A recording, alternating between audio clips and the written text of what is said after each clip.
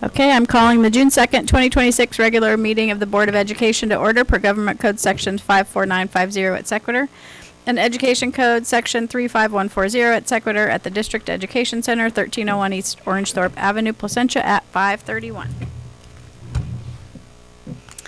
Closed session. Do we have anybody that would like to speak to closed session? No? Okay, seeing none, we're going to adjourn to closed session for the purpose of discussing the following matters. 3.1, public employee discipline, dismissal, suspension, release, leave, assignment, non-reelection, non-reappointment, resignation, reinstatement pursuant to Government Code 54957. 3.2, personnel matters, public employee appointments, employment pursuant to Government Code 54957. 3.3, conference with labor negotiators, Dr. Kim LeBlanc Esparza, Superintendent, Dr. John Papalardo, Chief Business Officer, Chad McGough, Assistant Superintendent Human Resources for CSEA, Apple, and PLUM. 3.4, claims for two cases, case number 672094 and case number 672978. And we have no one wishing to speak, so we're going to adjourn to closed session at 5:32. Okay. All right, good evening, everyone. We'll reconvene to regular session at 6:38 p.m. And we have nothing to report out of closed session, and I'll ask Mrs. Anderson if you'll lead us in the Pledge of Allegiance. Will everyone please stand? Ready to begin? I pledge allegiance to the flag of the United States of America and to the republic for which it stands, one nation, under God, indivisible, with liberty and justice for all. All right, thank you, Mrs. Anderson. Okay, let the record show that Leandra Blades is absent today, but all other board members are present, including our student board member. Hi, Simran. Welcome. I would start with the approval of the agenda as amended. If I could have a motion and a second, please. I'd like to make a motion to accept the approval as amended. Second. Agenda as amended. Second. Okay, motion by Mrs. Quintero, second by Mr. Frazier. Any comments? All those in favor? Aye. Aye. Aye. Okay, motion carries 4-0 and an aye from Simran.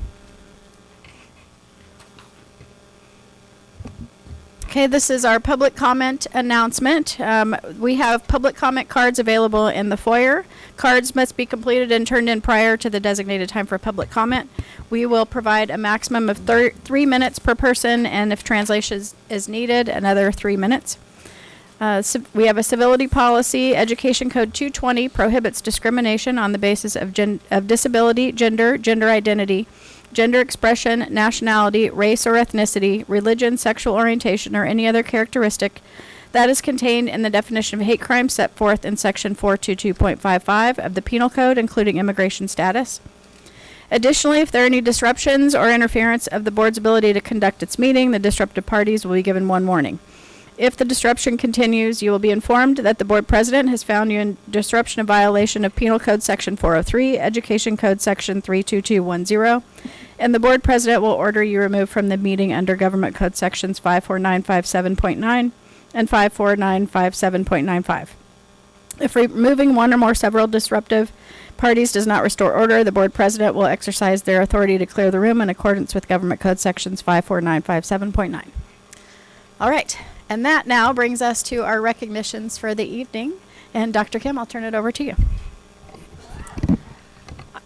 This has been something I've been excited about for a while. I'm excited to introduce a new tradition in PYL-USD. Earlier this spring, Board President Buck and I had the pleasure of attending the opening reception of Artworks, our annual student art exhibition. As we toured the gallery, we were inspired by the extraordinary talent on display and selected several exceptional pieces to be purchased and preserved as part of the inaugural PYL-USD Student Art Collection. Truth be told, we said we were going to collect 4. You see the gallery, right? There you go. This collection will continue to grow in the years ahead, celebrating student artistry from across our district and creating a lasting visual legacy of creativity, imagination, and excellence in PYL-USD. Selected pieces may also be displayed throughout district offices and conference rooms, allowing students' artwork to inspire staff, visitors, and community members for generations to come. Tonight, we're proud to recognize the first group of student artists whose work has been chosen for this special collection. Their artwork is currently displayed on the boardroom wall behind us. Before we begin, I want to extend my sincere thanks to our Visual and Performing Arts Coordinator, Dr. Elizabeth Summers, and Vapatosa Julie Mason for leadership and support in bringing this vision to life. Can we give both of them a round of applause?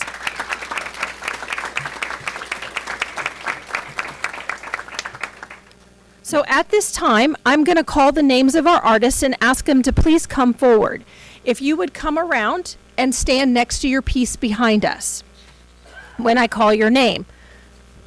Then from there, we're going to take pictures of each of our artists individually with their piece, and then with board members also with their pieces.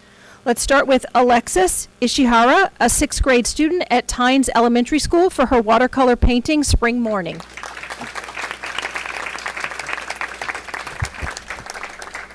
Zuri Castro, would you please join her? Zuri's a junior at Valencia High School. For her untitled digital artwork. Molly Zhou, a junior at Yorba Linda High School, for her digital artwork, Wired to Feel.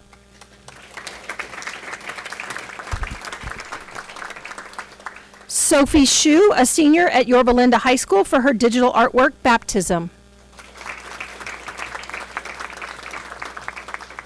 Cassidy Miller Hermanson, senior from Esperanza High School, for her pan pastel and white gel pen on sandpaper titled Living Fossils. Emma Rivera, 3rd grade student at Travis Ranch, for her untitled soft chalk pastel artwork.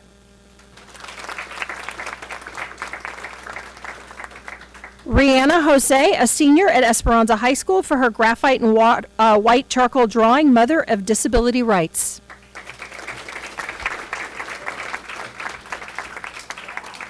Natalie Garcia, junior at Valencia High School, for her photography, Eyes Tell Your Story.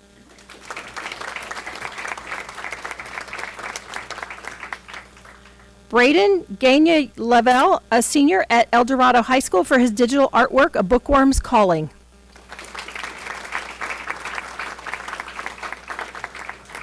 Hanya Young, sophomore at Valencia High School, for her photograph, Where the Jungle Meets Paradise.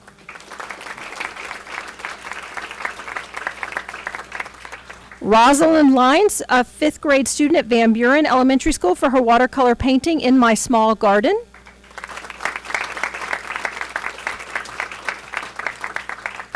And in addition to the collection behind us, we have 4 exceptional 3-dimensional works that you see up here in front. And Hel Luna, make this Laragotzia. Did I say that right? I probably butchered it. Sorry. 10th grade student at El Dorado High School, for his oxidation-fired stoneware piece, Deep Blue.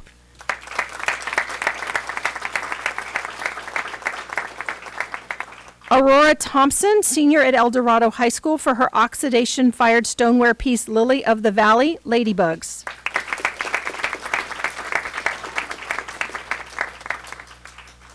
Jenna Wiersma, a senior at El Dorado High School, for her floral foam and acrylic paint sculpture, Foam Sculpture number 4.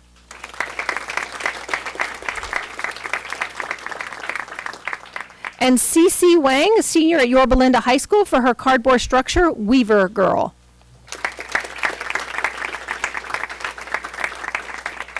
So please join me in congratulating all of these remarkable student artists, and thank you for sharing your creativity, your vision, your talent with our district. Your artwork enriches our schools, inspires our community, and serves as a lasting reminder of the extraordinary the artistic talent found throughout PYL-USD.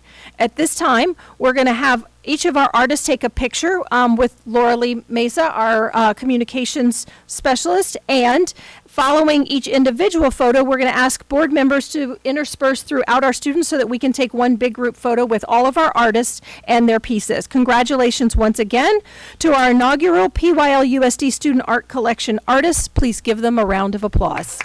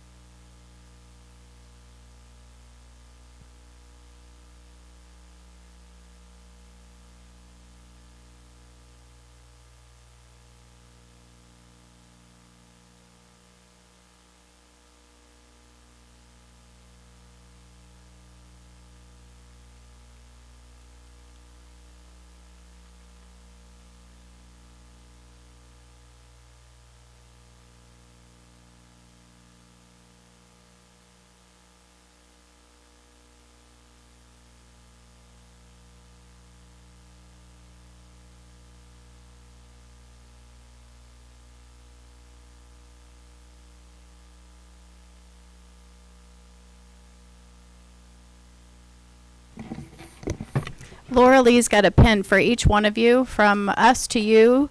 I know it's not anything compared to what you're giving us, but I really look forward to seeing all of the pieces every time we come here over the next year. Thank you. Dr. Kim. Awesome.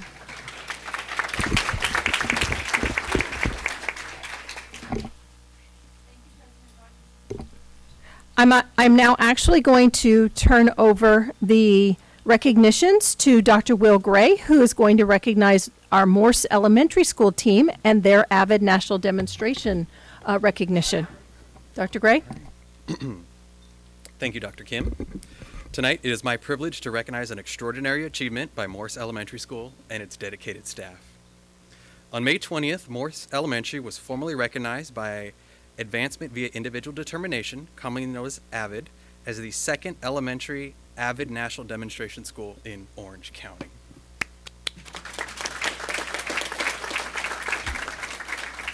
At this time, I would like to invite Mrs. Kelly Farrell, the proud principal of Morse Elementary School, to come forward.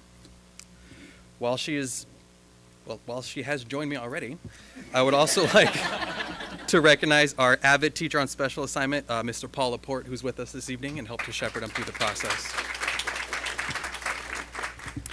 Morse Elementary becomes the second elementary school in Orange County to earn this distinction, following fellow Placentia-Yorba Unified School District School Ruby Drive Elementary. Notably, Morse Elementary achieved AVID National Demonstration School status without first serving as an AVID Showcase School, a testament to the strength, consistency, and fidelity of its implementation efforts. With this accomplishment, the Placentia-Yorba Unified School District proudly joins an elite group of only 8 school districts nationwide with 4 or more AVID National Demonstration Schools. During the rigorous validation process, AVID representatives conducted classroom observations, stakeholder interviews, and a comprehensive review of the school-wide practices and student data. The validation team found that Morse Elementary embodies the foundational tenets of AVID with exceptional fidelity. In remarks shared with the school community, the AVID validation team noted that Morse Elementary is a highly intentional and student-centered school where every minute of learning is maximized through student-led engagement that elevates student voice and ownership. Guided by strong educational leaders, the school equips students with the social and academic tools needed to succeed while fostering a welcoming, authentic partnership with families as essential contributors to the school community. This recognition is a testament to the shared commitment, vision, and ongoing efforts of the entire Morse Elementary community. We are proud to recognize Principal Kelly Farrell, whose leadership has helped cement Morse Elementary as a model of school-wide excellence and student achievement. We would also like to extend this recognition to the outstanding teachers, staff, students, and family whose commitment and partnership made this achievement possible. Will all Morse Elementary team members in attendance please join us at the front to be recognized?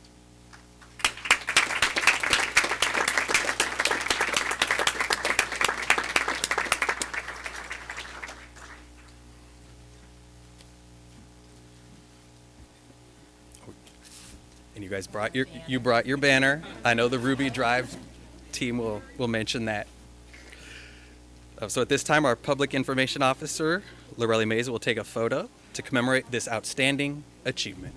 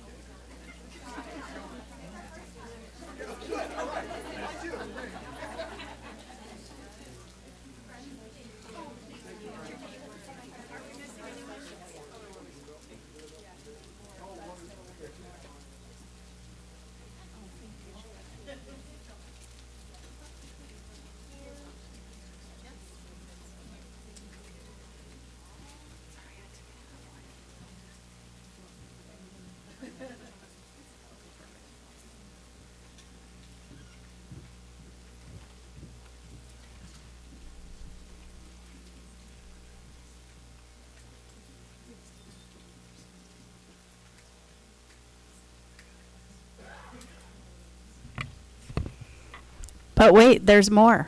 Dr. Kim, what else do we have on deck? You know, you got to love this time of year, getting to recognize all the major accomplishments that our students and our staff have for the work that they've done this year. Our next speaker is Mr. Michael Young, who is going to recognize the Orange County Artist of the Year. Mr. Young? Thank you, Dr. Kim. I'm not the artist, so save your applause.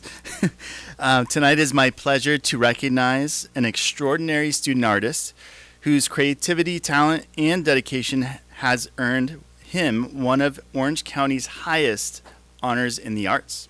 The Orange County Register's Artist of the Year program recognizes outstanding high school juniors and seniors who have demonstrated exceptional achievement in their artistic disciplines. More than a competition, the program celebrates students who are developing into thoughtful, innovative artists and highlights the strengths of arts education programs throughout Orange County.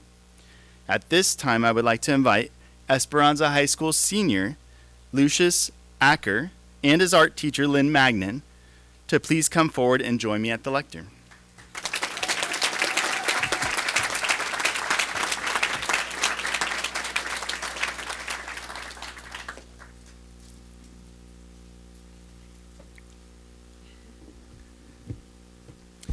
Established in 2013, the Artist of the Year program was created through a collaboration between Orange County arts educators and the Orange County Register to recognize and celebrate the county's most accomplished young artists. This year, 888 students from 88 high schools, arts organizations, and private arts programs were nominated across 7 artistic disciplines. Among those nominees were 76 students from Placentia-Yorba Unified School District, with 11 advancing as semifinalists. On May 13th at the Samueli Theater at the Sergestrom Center for the Arts, Lucius was named the 2026 Orange County Artist of the Year in Fine Arts.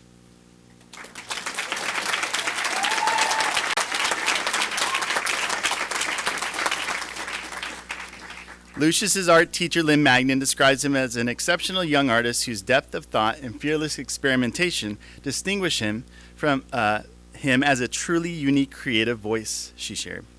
Profound thinker, Lucius approaches every piece with an intellectual curiosity that fuels his bold combinations of drawing and painting techniques. His work demonstrates a mature artistic vision, one that challenges viewers, evokes emotions, and inspires reflection on society and the human condition.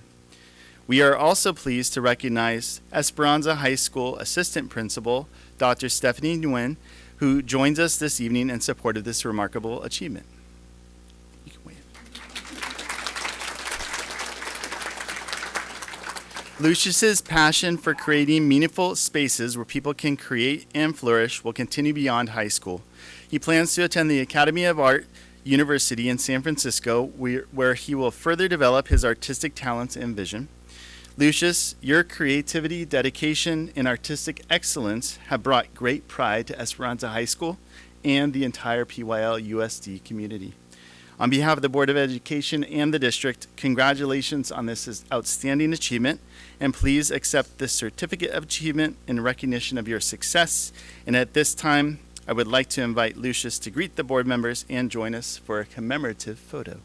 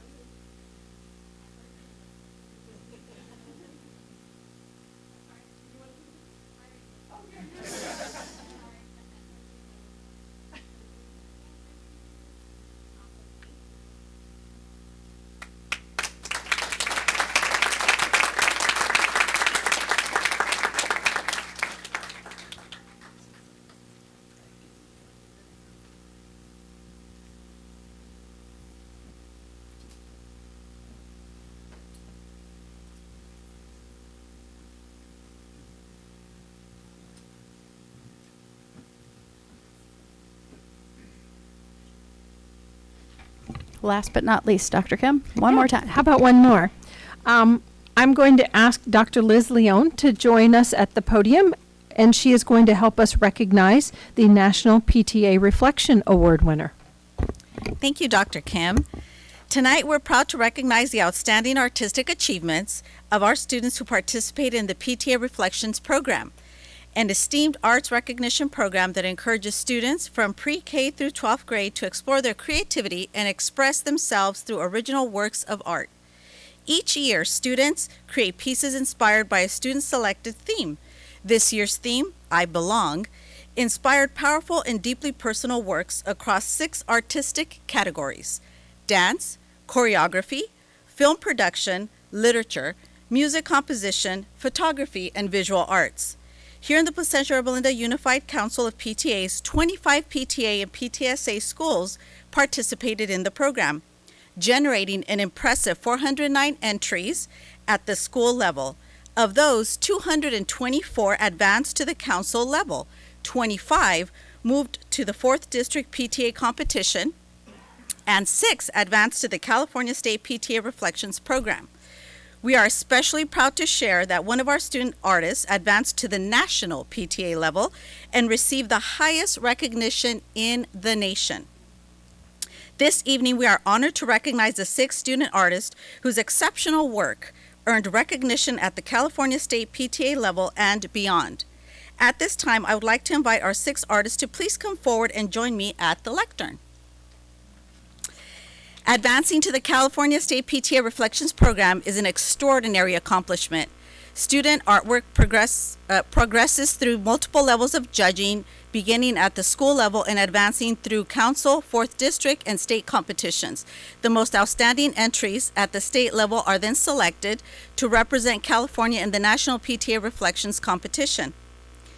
Each of the students being recognized tonight earned an award of excellence at both the council and 4th district levels before advancing to the state competition. We are proud to recognize Kaya Surti, a 7th grade student at Kramer Middle School, whose literature entry, Where Do I Belong? Reflections from a Diary, advanced to the California State PTA competition.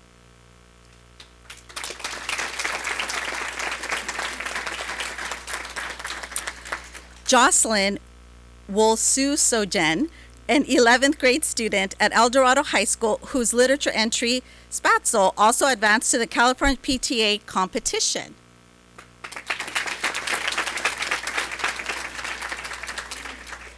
Seilu Bay, a 10th grade student at El Dorado High School, whose visual arts entry, Stitched in Heritage, earned a California State PTA Award of Merit. Ethan Jones, a 6th grade student at Travis Ranch School, whose accessible arts music composition entry, Funk Where You Belong, earned a California State PTA Award of Merit.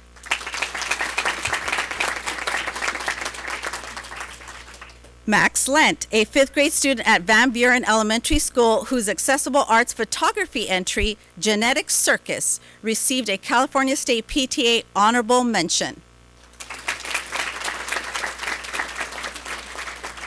I also want to thank Principal Dave Camarado, who's here in the audience. Dave, can you wave hello? Thanks for being here.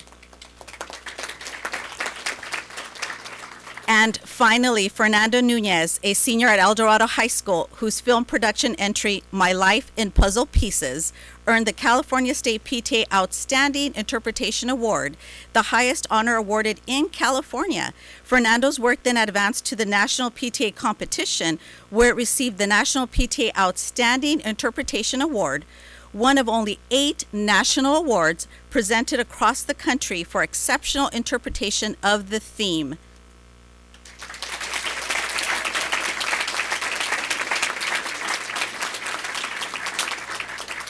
I also want to acknowledge and thank Assistant Principal Dave Russell. Dave, can you wave? Thank you for being here. These accomplishments reflect not only artistic talent, but also creativity, perseverance, and the courage to share personal stories and perspectives through art. Congratulations to these 6 remarkable artists and to all of the talented students who participated in this year's reflection program. Your creativity inspires us and showcases the incredible artistic talent found throughout PYL-USD.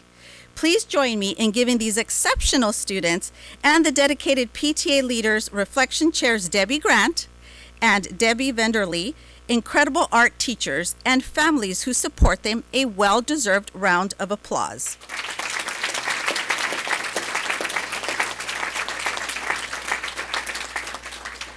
At this time, I would like to invite our artists to greet the board members and join us for a group photo to commemorate this outstanding achievement. Come over this Could we also have the Debbies join us as well? Absolutely. Debbie's, come on over.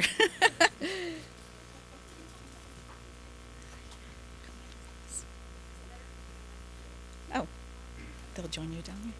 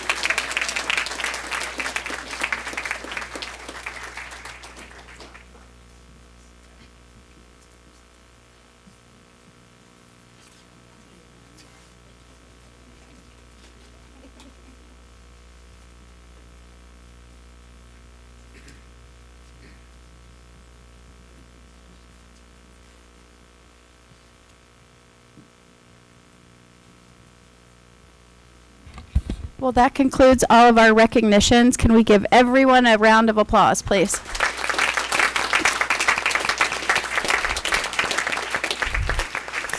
Once again, I'm just impressed by all of the hard work and the effort that our teachers put in, our students put in. What a great way to end the school year. So thank you. And if you'd like to go ahead, we'll give you a minute here and you can make your way. You don't have to sit and listen if you don't want to. Welcome to stay. Thank you for being here.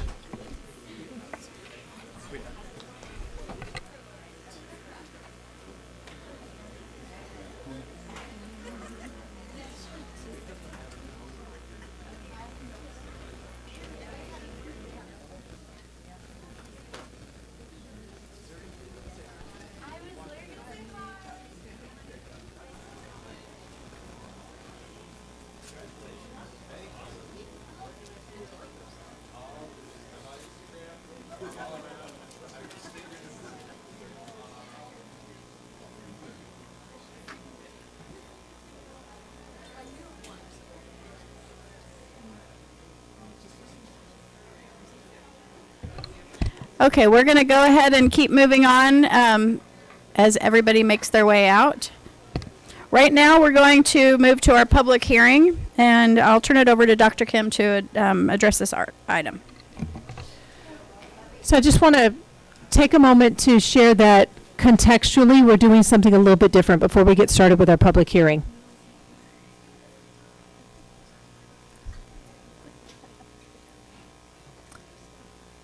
It is not uncommon in most states for the annual kind of public hearings that we have for things like LCAP and budget to open, close, and then move on to the content of this. And with all of the changes that we've seen this year, especially this spring, financially, from the state, and from the governor's office in terms of what we believe revenue to be, I asked Dr. Papalardo to take a few minutes as a part of his item this evening at his public hearing piece to provide some context of what does the governor's proposal for revenue and budgeting do as far as PYL USD, and how does this impact our budget as we're beginning to plan for the 26-27 school year. So he's going to take a moment tonight and at least share a little bit of context, what it looks like through the lens of PYL's budgeting, and that way that kind of lays the groundwork for our meeting on the 16th. When we do propose a budget, you've got some context there. So Dr. Papalardo, I'm going to hand it over to you. Thank you very much. Good evening. I was just mentioning to somebody, I really know how to clear a room. And I do not take it personally. So, with that, we will talk about the state of California and budget update and how it affects PYL and our multi-year projections. So first off, the governor on January 10th presented his budget proposals for 26-27 in January. In May, about May 13th, he comes out with something called the May Revise, and we then have the COLA numbers. We have updated personal income tax from the April 15th tax collections. All sorts of things happen. That's why we have a May Revise. So our projections and our budget that you'll see in 2 weeks is based on the May Revise. The legislature and the governor, the legislature will pass a budget here on June 15th, and then the governor has about 12 days, 13 days to sign it, which we anticipate it all will go well. So item number 1, COLA, cost of living adjustment, is fixed at 2.87% for this coming year. The governor is proposing to increase and add 1.44% to LCFF, our local control funding formula, where 90% of our unrestricted funds come from. He is also going to propose using some of that extra money that we are getting to provide 14 weeks of pregnancy leave, paid leave, beyond all other leaves that employees have. So that's still a proposal. Meanwhile, the extra 1.44% is about $4.2 million for us, and it is ongoing. Number 2, special education, AB 602 funding, and I won't bore you with the last 45 years of special ed funding, but know that we now get a dollar amount per student for our state special ed funding. So it's all students. The governor was proposing that everybody in the state get about $999, which was a significant increase going to the statewide average for funding for special ed. And then he proposed another $341 on top of that, or for us about $7.2 million, and yes, it is proposed to be ongoing. Lastly, there has been one-time grants, and we all know since COVID the one-time monies that are coming and expiring, and the ESSER funds and the federal funds. So the governor was proposing a $512 one-time discretionary block grant that could be used for increasing costs, which we have. On May Revise, he came back and said, let's do $5 billion for an additional $425 per student. For us, that means an additional $8.9 million, bringing our total one-time block grant for this coming year to about $20 million. That money is not ongoing. It is one-time in nature. So, with that quick budget update, we did some projections of our budget based on May Revise, LCFF, our local control funding formula, our ADA for next year, salaries and benefits as our bargaining units and our employees are looking at those right now. We've included some of those numbers and other items.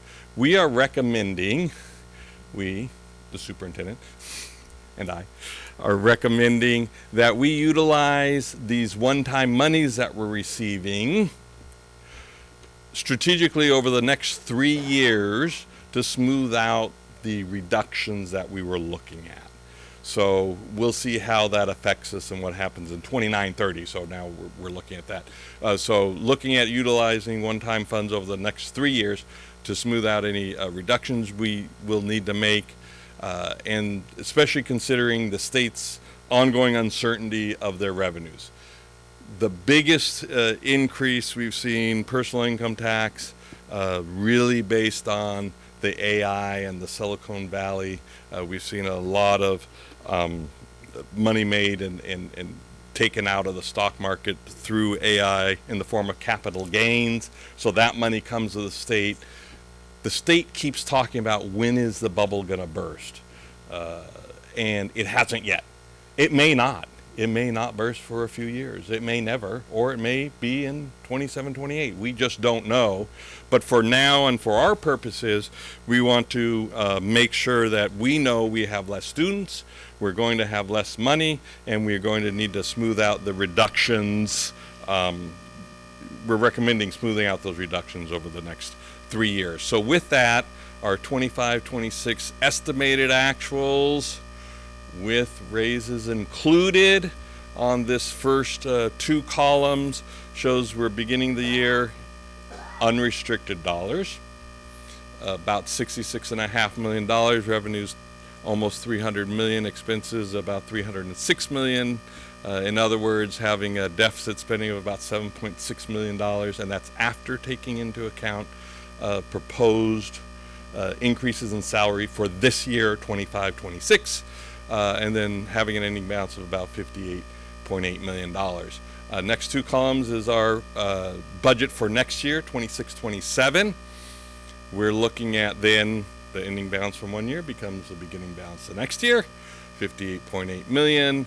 Revenues with the new LCFF dollars in there, $304 million. Expenses about 305. As we've reduced some staff based on vacancies and loss of students. Expenses, a deficit spending of about $1.6 million next year, ending the following year with $57 million. From there, you typically do a 2 years out from next year. I'm showing 3 years out, so we're now looking at 4 years into the future because I wanted to make sure to show what happens with that one-time money when we spent the one-time block grant money. So 27, 28, about 0.3 million, so $300,000 surplus in that year, in that first year. The second year, 28, 29, about $4.2 million deficit spending, leaving us about $53 million in an ending fund balance. And then 29, 30, which is not going to show up in the budget in 2 weeks because we do next year plus the following 2. 29, 30's 3 years out. And there you can see the surplus / deficit spending of about $15 million in that year because we've now utilized all of our one-time funds that we are projecting to receive for next year. And the money's this year. We're using about $8.5 million a year. So you can see there that the 29-30 is where the structural deficit hits us again, right? So I just want to make sure that was there so that we know as we go through the next couple years, when we look at open positions, when we're looking at staffing, when we're looking at staffing ratios, we want to make sure that we're right-sizing our budget for the number of students because we know we will be declining enrollment, and that's a whole nother presentation sometimes. So what does this mean for us? Our key takeaways: this increase in the LCFF funding, COLA, and the one-time fundings are really helping stabilize our budget. 6-8 months ago, we were talking about a $15 million budget reductions for next year. We're not doing that. we're looking at utilizing the one-time monies to help us have a little time to do it right. We see that big change coming in 29-30. Of course, those are all projections as of today. They could change by the end of the month. They will change next year and as we go on. But for right now, this is what we're looking at. We're still looking at right-sizing efficiencies absolutely throughout our organization. And we are scheduled for our full budget presentation on June 16th. Are there any questions? I'd like to add a piece before folks ask questions, and that part of what we're looking at is while we're absolutely facing $15 to $20 million in reductions over the next 2 years, we're still going to have to make reductions. This does not make that go away. But what it does is it allows us to do it on a longer runway so that it doesn't create such a whiplash effect on any school when it comes to staffing. We still have to right size. We still need to adopt a balanced budget. So when we look at that $15 million in 29-30, I guarantee you I will not be recommending that we adopt a budget that uses $15 million. We will be recommending making adjustments along the way so that that balances out. But the way we have to do budgets is this is what it's going to look like should we not make changes. And along the way, we also have to recognize that we have negotiations and we have compensation increases that we have to look at as a part of COLA and as a part of ongoing cost to do business. So there's lots of different pieces in here, but Dr. Papalardo is correct in that the one-time monies and the ongoing monies, A, helps us to support the needs of students right now, and B, it gives us an opportunity to be thoughtful and take smaller bites of the apple as we go down the line through 27, 28, 28, 29, and 29, 30. So we can be more thoughtful about how we do that. That pretty much answers my question. Was these assumptions are conservative because we're saying, assuming we did nothing or very little, this is where we would land, which is why we're going to do much. Perfect. Good. Can you talk a little bit about the Prop 98 shift that the governor is proposing and what that looks like for us?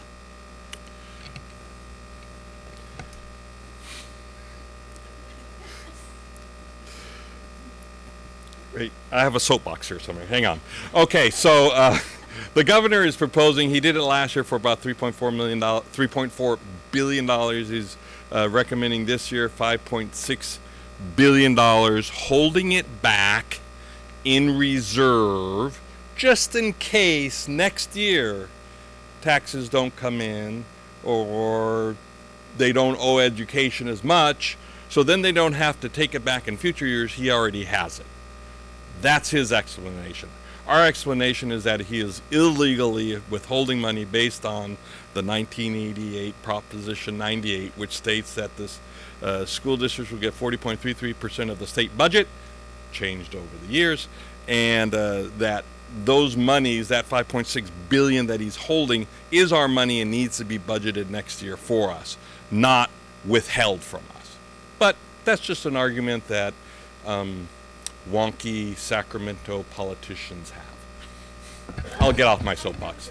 Yeah. Is there anything that we can do to like to make a comment or to send anything up? What are you all doing? I will say that every single organization, CSBA, CASBO, AXA, CTA, CSEA, thank you CTA partners, have all been lobbying that, and there are legislators who are in favor of not withholding that money. And so yesterday the Senate and the Assembly both proposed their bills or their budgets, which when we look at the effect, they're all in agreement on the 4.33 enhanced COLA.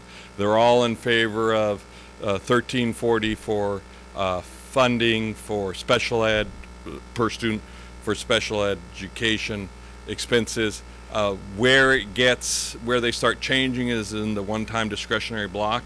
They're both recommending more money there, and the Senate's recommending, I think it was $6 billion, another $1 billion. The Assembly is saying per ADA. The Assembly saying, 5.7, we'll do an extra 700 million, but we're going to do it on your proportion of LCFF funding, which then takes into account your unduplicated count, the additional money they're recommending, and we're about 5% below the statewide average on unduplicated. So the effect on us probably won't be much. But I think the governor got away with it last year, and I think he'll get away with it this year because there is more money in education. I think there's an interesting lens of, well, we gave you more.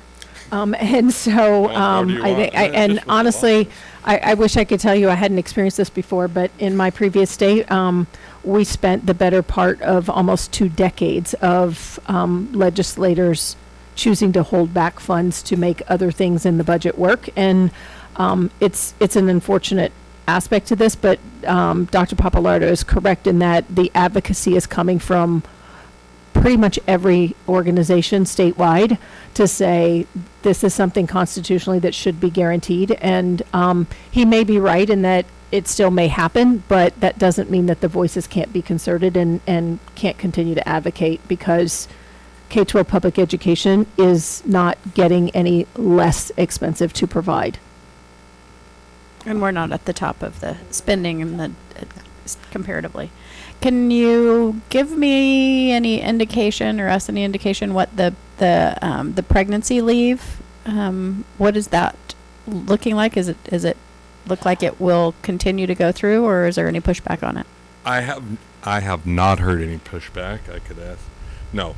It's pretty much favored throughout the state. It's been something that the governor's been trying to push through, and now with the additional funding, I think he'll get that, and it's good, and it's when the doctor says you need to be on. Yeah, I'm not opposed to it. It just hits us financially, Yeah, and I just was curious as to right. what that would look like. Yeah, so it costs the substitute costs, right? So 14 weeks, 70 days at $250 a day, $20,000 per employee on average. We have 9 or 10, but how many of those would have medical leave attached to it? So in the range, in my mind, $100,000, and you can see the extra 1.44%'s a little more than that. Yeah, I'm not looking at it through a dollars and cents sign. I believe that we support our educators, and I also believe that we support our students. And if I have any concern at all, it's that, we hire amazing, great educators to serve our kids in classrooms every day. And it would just be my hope that we're mindful of our students.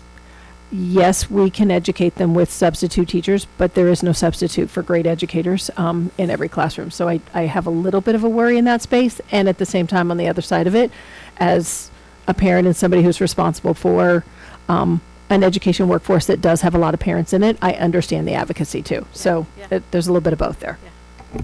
Okay, thank you. Hi.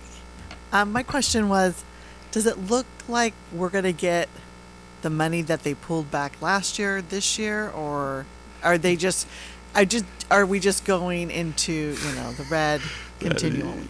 From a dollars and cents and from the budget, yes, they are giving us back the 3.6 billion or 3.4 that he withheld last year, and now this year he said, okay, here it is back. Oh, by the way, I'm going to withhold 5.6 billion. So are they digging a hole, or are they just trying to hedge their bets against the AI bubble bursting, downturn in the economy, potential recession? We see big inflation right now, and then will that turn into something worse, bigger? So yes, he gave it all back, and then they recalculated and said, and now I'm going to hold 5.6. So the answer is yes, but no. You added to it. You're right.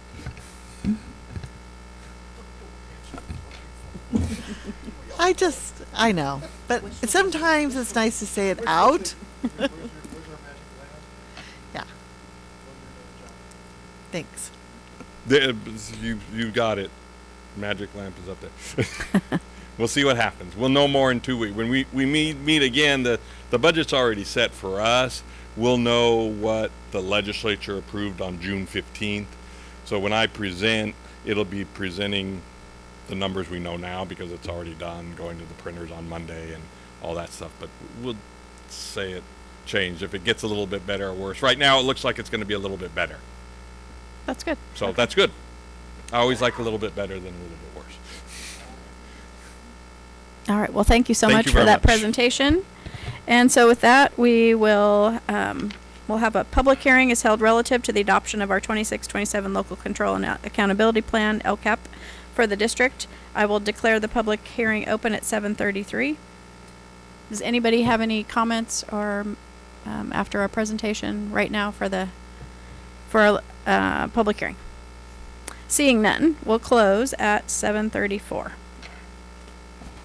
Okay, next we have a public hearing relative to the adoption of the 26-27 Local Control and Accountability Plan for Orange County School of Computer Science. I'll declare that open now at 7:34. Anybody have any comments regarding that? Okay, seeing none, we'll close that at 7:34 as well. And last, 11.3, a public hearing will be held relative to the adoption of the 26-27 proposed budget for the district for the Orange County School of Computer Science. Declare that open at 7:34. Any comments? Public speakers? Okay, seeing none, that also closes at 7:34. Okay, and I'll pass down to you, Semarin, for your student board report. Thank you. Good evening, President Buck, trustees, Superintendent Dr. Kim, and executive cabinet members. I'm excited to be here tonight to share recent updates from our comprehensive high schools and alternative campuses. As the 2025 to 2026 school year comes to a close, Parkview School and Buena Vista Virtual Academy reflect with gratitude on a year marked by student success, program growth, and meaningful opportunities to support learners through personalized educational pathways. As Parkview School and Buena Vista Virtual Academy celebrate their promoting students and graduates, they also look ahead with excitement to the 2026 to 2027 school year. Priorities for the coming year include strengthening student engagement, expanding academic and wellness supports, enhancing communication with families, and continuing to provide flexible and innovative educational opportunities. The school communities are proud of all that have been accomplished this year and remain committed to ensuring every student has the opportunity to grow, achieve, and succeed. El Camino Real High School is excited to celebrate its 83 graduates at the upcoming commencement ceremony on Tuesday, June 9th at Bradford Stadium. The school community is incredibly proud of these students who have overcome significant life challenges and demonstrated the commitment, perseverance, and resilience necessary to reach this important milestone. Graduating seniors will also be recognized during the annual senior breakfast on Monday, June 8th. As the school year comes to a close, El Camino Real High School looks forward to honoring the achievements of all students during its end-of-year student recognition lunch on Friday. It has been a successful and rewarding year at El Camino Real High School, made possible by the dedication of its students and staff. The school wishes everyone a safe, restful, and enjoyable summer. The class of 2026 will culminate its high school journey during the commencement ceremony on June 10th, 2026 at 6 p.m. at Bradford Stadium, where graduates will participate in the long-standing tradition of moving their tassels from right to left to symbolize their transition from students to alumni of El Dorado High School. Esperanza High School has enjoyed an exceptional year and is preparing to celebrate the accomplishments of the class of 2026 as students prepare for their next chapter. The school recently hosted its annual Senior Awards Night, where graduating seniors were recognized for earning more than $2.4 million in scholarships, a remarkable achievement that reflects their hard work, dedication, and promising futures. As the school year comes to a close, students are finishing strong with final exams while also participating in many of the traditions that make senior year memorable. Yearbook distribution and end-of-year activities are underway, and seniors are looking forward to a week of celebrations, including Knott's Berry Farm, senior breakfast, elementary school walks, senior picnic, and the cherished senior sunset.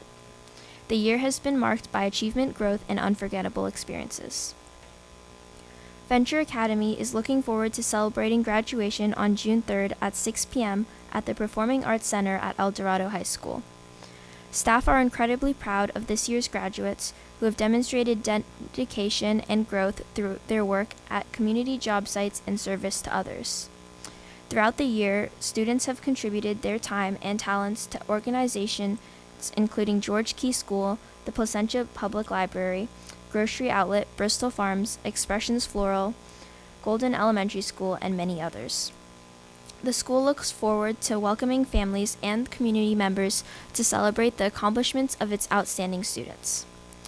Students from George Key School recently had the opportunity to visit Tuffrey Middle School for an activity day alongside 8th grade students. The event provided a variety of engaging and enjoyable activities while fostering meaningful connections and inclusion. George Key School extends its appreciation to Mr. LeGrand and Principal Sarah Barton for their warm hospitality and for creating a welcoming environment for all participants. Principal Rebecca Allen also expressed gratitude to the 8th grade students for their compassion and commitment to inclusion and looks forward to the future collaborative activities with Tuffrey Middle School. George Key School will celebrate the graduation of Priscilla Schroth on June 9th at 11 a.m. in the Golden Elementary School MPR. Priscilla and her family have been valued members of the George Key community for 19 years. The school is grateful for the unwavering support of the Schroth family and is proud to honor Priscilla's many accomplishments, independent spirit, and lasting impact on the George Key community. Valencia High School recently hosted its second annual middle school esports tournament, welcoming hundreds of students from all 6 PYL-USD middle schools. The event featured 4 matches running simultaneously across 2 gymnasiums and showcased the growing enthusiasm for competitive gaming throughout the district. Congratulations to Kramer Middle School for earning its 2nd consecutive Rocket League championship, and to Orange County School of Computer Science for capturing the Super Smash Bros. Title. Valencia High School also celebrated the accomplishment of 11 students who were recognized by the National Center for Women and Information Technology for their outstanding achievements in computing, networking, cybersecurity, design, and programming. In academic competition, Valencia High School's first-year chemistry team and chemistry Olympiad team each earned 5th place finishes in their respective divisions at the American Chemical Society local section competition. Competing against students from 27 schools across Orange County, Valencia was the only school in PYL-USD to receive recognitions across all competition categories. Yorba Linda High School is celebrating another successful year of achievement, highlighted by an outstanding athletics program that saw 11 teams capture league championships. The school also recognized its Athletes of the Year, Vaughn Sharp and Brooke Boyd, for their exceptional accomplishments, leadership, and contributions on and off the field. Earlier this month, Yorba Linda High School honored the accomplishments of the class of 2026 during its annual Senior Awards Night. Among this year's graduating class were 6 National Merit finalists, 32 who completed the Medical Careers Academy, and 54 who completed the Mustang Business Academy. In addition, 21 seniors earned the distinction of maintaining straight A's throughout all 4 years of high school. Collectively, the graduating class earned more than $13.8 million in scholarships, reflecting their academic excellence, dedication, and bright futures ahead.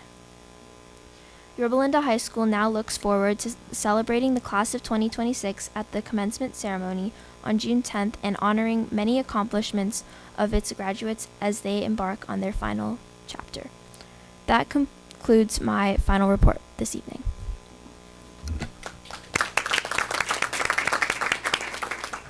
Great job, Simran. And now, as this is your last board meeting, I would like to know if you have any takeaways and what advice you would give to our next student board member. My biggest takeaway from serving as student board member has been learning the value of listening and representing the voices of others. This experience gave me a greater appreciation for the decisions that impact our schools and the importance of student perspectives in those conversations. My advice to the incoming student board member is to be curious, ask questions, and make the most of every opportunity. Build connections with students at your school site, listen to their experiences, and remember that your voice can make a real difference. Very true. And your voice, I feel like, did make a huge difference. Thank you. And last time you were talking about schools, you had lots of options that you were going. Have you decided? I did decide I'm going to Emory University in Atlanta. Nice. Congratulations. Well, thank you so much for being part of our board this year, and you did a great job. Anybody else want to say anything? Oh, wait. Not yet. Give me a second. So I'm going to start us off. Okay. Because we are recognizing and thanking Simran as she is leaving us to go explore her horizons and what she wants to do. Thank you for sharing where you're going, Simran. That was something that I had as well as my notes. What I do know is that Simran is preparing to not only go to Atlanta, but she's planning to pursue pre-law with interest in philosophy, AI, and business, right? Wow. We want to thank you for your dedicated service to the board and for representing students of PYL. Through your term, you represented our students with professionalism, insight, and grace. Your reports were thoughtful, they were thorough, your feedback was valuable, and you had a very positive presence at the dais each and every month that we met.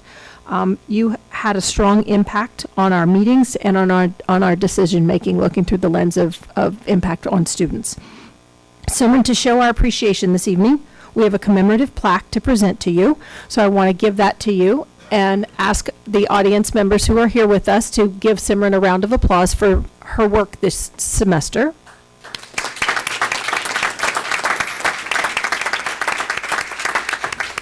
And now I want to turn it over to board members for their words. Yes, again, thank you so much for your hard work this semester, and it was great hearing your insights and your ideas and your reports every month. Wish you the best of luck at Emory. My niece received her master's from there, so if you need any help, let me know. I just wanted to thank you so much for serving and representing the students throughout our district. And you stayed with us through our very long meetings, and that is quite a dedication, and it shows a lot about who you are as a person and wanting to learn. And I really liked how you emphasized listening, and which is such a needful skill that is being lost today. So thank you so much for serving, and best of luck. Oh, it's been an honor to sit next to you. We've had a lot of fun. And I, just hearing what you're planning to major in, it's like the Avengers of majors that you're dealing with, that like I'm expecting to be voting for you in a future election for president or something. But yeah, you've done a great job. You stayed engaged, staying to the end of a lot of these board meetings and staying engaged, not just being here. So you've done a really good job. I think your parents must be so proud of you. And I've had fun sitting next to you, so thanks. Well, as you can tell, we're all very, very proud of you, and we hope that you will keep in contact with us when you go off to school. Send us an email here or there and tell us what you're up to. The career choice that you're choosing seems so perfect right now. I'm very interested in what that will look like, so please keep in touch. Thank you. Thank you all for inviting me to sit on this board. I mean, it's really been an honor to be here next to all of you and sit next to you. It's been a lot of fun, and I'm excited to see what the next student board member does, and I will definitely stay in contact. Great. Thank you. And one more round of applause for Simran. Great job. Okay, so that now takes us to our superintendent's report, and I'll pass to you again, Dr. Kim. Thank you, President Buck, trustees, and executive cabinet members this evening. I'm going to talk about a couple of different topics, and I'm going to start with summer programs. As we look ahead to summer, while the school year may be coming to an end, learning across PYL certainly is not. Many of our campuses are going to remain active throughout the summer months as our early and expanded learning departments support a wide variety of programs, including elementary enrichment, child care camps, high school credit recovery, and athletic camps. Collectively, these programs will provide valuable learning, enrichment, and athletic opportunities for more than 5,000 students in the weeks ahead. We're proud to offer high-quality educational experiences that keep students engaged, supported, and connected throughout the summer. Speaking of summer meals. In addition to that, free nutritious breakfast and lunch meals will also be available to children ages 18 and younger throughout the summer at Ruby Drive, Valadez Middle School, Rio Vista Elementary, and the Placentia Library. Families can find out additional information and meal schedules by visiting pylusd.org. Then, as we progress through our agenda for this evening's meetings, there is another topic that I want to front load with thoughts and information. We talked a little bit about budget earlier. I also want to talk a little bit about our strategic planning work. Later in tonight's meeting, Ellen Mary Hickman and I will have the privilege of unveiling our new strategic plan framework. Before we get to that presentation, though, I want to share a few thoughts on the intentional altitude of this work and how it sets the stage for our district's focus over the next 6 months. First and foremost, what you'll see tonight is the result of a true team effort. I want to publicly thank Laura Lee Meza for her exceptional organization and communication. Laura Lee mobilized our federal programs and family engagement teams to ensure that all stakeholders had a seat at the table, creating a process where families could fully participate without language barriers or need for childcare as a part of the process. I also want to thank Dr. Perez for her brilliant partnership in facilitating many of our stakeholder meetings and small group conversations, as well as thanking Jose Cabrera and Dr. Liz Leon for facilitating sessions in Spanish. It really took the entire team to bring this to life. So thank all of you for being a part of that process. What you're going to see tonight is the foundation of our strategic work, not the entire comprehensive plan, and that is by design. To use an analogy, I want you to think of an aerial view of a college campus. From that height, you don't look into individual classroom windows. Instead, you see the major streets, the plazas, and the walkways. Those are the intentional paths designed to move large groups of people efficiently where they need to go. The widest pathways naturally lead to the most significant landmarks, Student Union, the stadium, etc. Tonight, we're showing you those major district landmarks and the broad pathways that serve them. These will be our big priorities. From there, we've mapped out potential strategies, but the next critical step is to walk those paths with our staff and our students to define the exact milestones and the daily actions that are going to get us to our goals. If we had chosen to sit in a room as a small cabinet team and dictate every turn and traffic light, we would be going against our core values of collaboration and shared responsibility. By presenting this framework at this altitude tonight, we give you a clear picture of where we're headed while leaving room for the authentic engagement that ensures that we all own this work together. I look forward to working with our leadership team, our staff, and our students in the coming months to build out specific details, ensuring that every student in PYL-USD succeeds. And now I'm going to shift gears to end-of-year celebrations. Finally, as we conclude another remarkable school year, we look forward to celebrating one of the most meaningful milestones in a student's educational journey. This week and next week, nearly 2,000 students will graduate from our high schools, alternative education programs, and our adult transition programs. Thousands more will be promoted from elementary school to middle school and from middle school to high school. These accomplishments reflect the hard work of our students, the support of their families, and the dedication of our teachers, classified staff, administrators, and support teams. We could not be more proud of all that they have accomplished. As we prepare for graduation ceremonies, the safety and security of our students, staff, families, and guests remain our highest priority. To help ensure a safe and enjoyable experience for everyone, we've implemented several safety measures, including tickets for entry and security screening at all of our stadium gates. I want to extend my sincere appreciation to our Maintenance and Facilities Department, our Use of Facilities Department, our high school principals, Kramer and Valadez principals, activities directors, district nurses, the academic leadership team, school site staff, and the many employees working behind the scenes to ensure that our promotions and our graduation ceremonies are safe, memorable, and meaningful for every member of the class of 2026 and their loved ones. Our most important work we do is keeping kids safe. This concludes my report for this evening. Thank you so much, Dr. Kim. Okay, now that brings us to public comment. The public comment is an opportunity for the public to provide input to the Board of Education, and during our public comment period, we do not dialogue with the speakers or make comments regarding the information shared. We have one? We have one speaker. We have one speaker. Jeremy, that rolled right over here. Did you? It was fixed. Ah, nice. Great to see that. Okay, our speaker is Dave. And Dave, you'll have 3 minutes.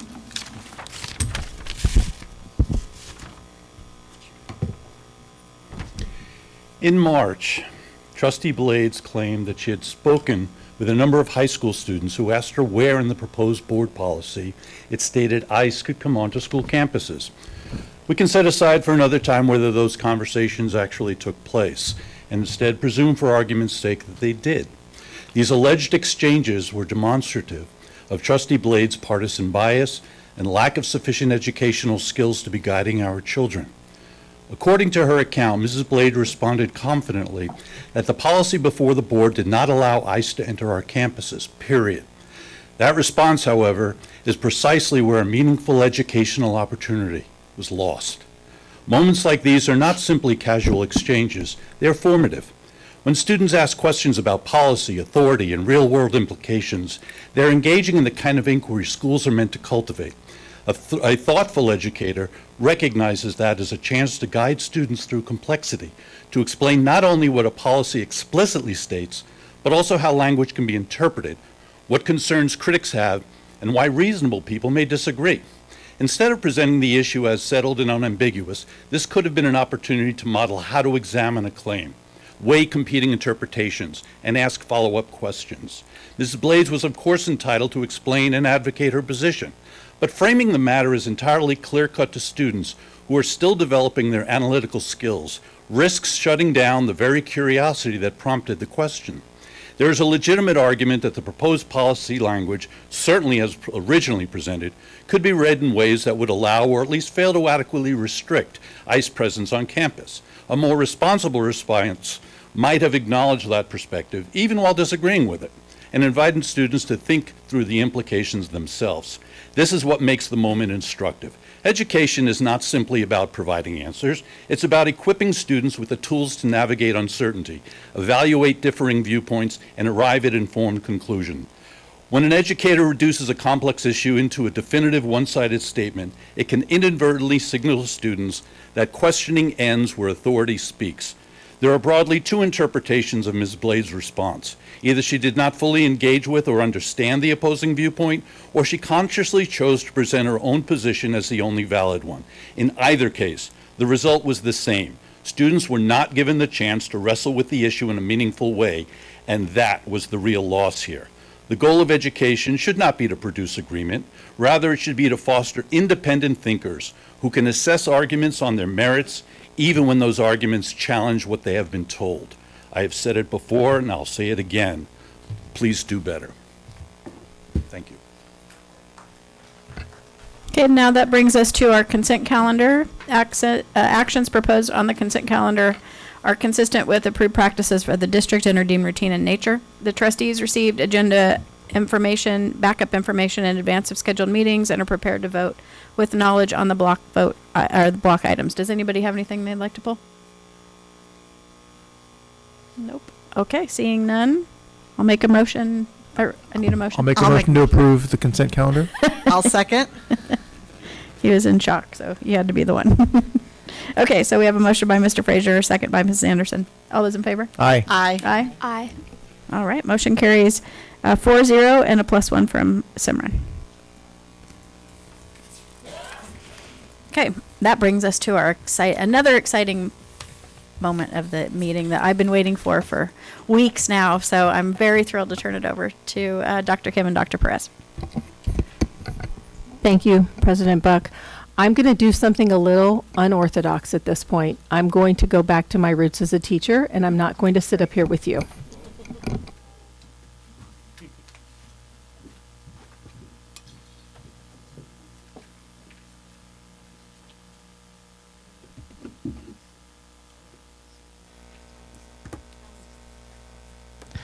Okay, to get us started, I'll start by saying one of the things I learned when I became a superintendent is that I don't think real well sitting. And I think part of that is the training of being a teacher, that when I walk, I think more clearly and have the ability to address what work we're doing. And this is about the 4th or 5th time I've done this with our principals, with our divisions leaders, and walked through the process of the work that we've done around strategic planning. So I'm going to do this from my feet, and I'm going to let Ellen Mary stand at the podium. And for those folks who don't know her yet, I want to introduce Ellen Mary Hickman. She is been the thought partner with Laura Lee and myself, and Dr. Perez, as she joined us as well, in doing some of the strategic planning work. And she's going to help me be my tag team partner in this, because when it comes to all of the student sessions that we held, Ellen Mary really facilitated every one of those, and her ability to truly understand the student voice really makes a difference in how we put this work together. So thank you. So to get started, I feel like you guys gave me a real gift. When I think about the timing of coming in and where you were with having done strategic plans in the past, the ability to start from scratch here to really look at our core values and look at our vision and mission, but take that and really begin to understand what do we need to do and why. And when I did this the first time, I have to be honest and say, there was not a roadmap that I followed. When I went into Oregon, I followed a really, really successful, very strong superintendent, and her plan was sunsetting. And coming into a community new, one of the things that I set out to do was to meet with as many different stakeholder groups as I could possibly get in front of, and just hear from them. What do you aspire to? What do you want from our education system? What are the core values you need in the school district and what we do? And so when I came in here, recognizing that many of those same qualities existed here, the ability to start a plan new, coming in new to a community, and not making an assumption that I knew what people wanted, but truly asking them. And so when I went into this work, one of the things that was really important to me was that I got in front of as many different stakeholder groups and got as many voices contributing to this process as I could possibly manage. And so in doing all of that, that helped me to weave the kind of tapestry that when I got in front of you and said, this is what I believe our priorities need to be, I am absolutely positively rooted in these are the voices of our community and what our families told us, what our students told us, what our staff told us, and what our community members who participated in this process told us was most important when we consider and we build out an educational roadmap for the work that we're going to do together over the next 5 years. So I want to ground us with that going into the conversation of who contributed to this, what did we hear, and how did it influence the work that we're going to do. So I'm going to hand it to you. Great. Thank you, Dr. Kim. Thank you all for allowing me to be here. Really excited to present this tonight alongside Dr. Kim, and I cannot say enough about this was truly a team effort, and it is absolutely amazing as an outsider to come in and be able to be a part of a process where people care so deeply that they are going to show up over and over and over again to tell you about what they think and what they want to see for the future. As you can see on the slide, Dr. Kim made good on her promise. We were able to have over 1,000 participants in this focus group process that we ran over 4 months of time. It required a significant amount of scheduling and making sure that we could bring people into the space, but we started the process very intentionally with students. We ended up with over 371 students voiced collectively in focus groups and across our surveys. Our 30 in-person focus groups across every single group that we could possibly bring in was critical for us to really have a clear understanding of what were the themes that were coming out across the district. It was unbelievably exciting for us to be able to have groups of people where we could sit down with them and really listen. We asked questions like, what do you love about your school experience? What stresses you out? What gives you some anxiety about the work that you're doing and the school experience that you have? We asked, what do you want to see improved? And most importantly, we asked, are you prepared for your future? We ended every single group by asking them, what skills are most important for you to live a successful life? Or what are the skills that you want for your student or your child to have a successful life? Participants came prepared. Oftentimes, we ended the day with multiple written, printed out notes because people wanted to make sure that all of their ideas were captured. Laura Lee did an amazing job of making sure all participants knew the questions before we came into the conversation. And what was very clear in this process is that people came in with specific and actionable requests on things that they wanted to see improved. And we collected all of it. Thousands and thousands of comments so that we can make sure to really understand what was coming out of this district and where we wanted to go for the next 5 years. There were 4 very clear strengths that were identified across every single focus group. And that was, without a doubt, teachers and staff commitment to students and student success that just was absolutely pervasive in every single group, from students to parents to community to teachers themselves, saying, we are so committed to being here and we want to be a part of this process. We saw very clear strengths in our college and career pathways, our opportunities for students to be both engaged in career opportunities and to be challenged by high-level courses like our advanced placement work. Students raved about their clubs, their athletics, band, and orchestra, having the opportunity to do things that they loved to do with people who loved to do it with them. It was so very clear that our students felt like that was such a significant part of where they felt like they belonged and where they had community. And finally, our students talked at length about academics and academic support structures that they had at their schools.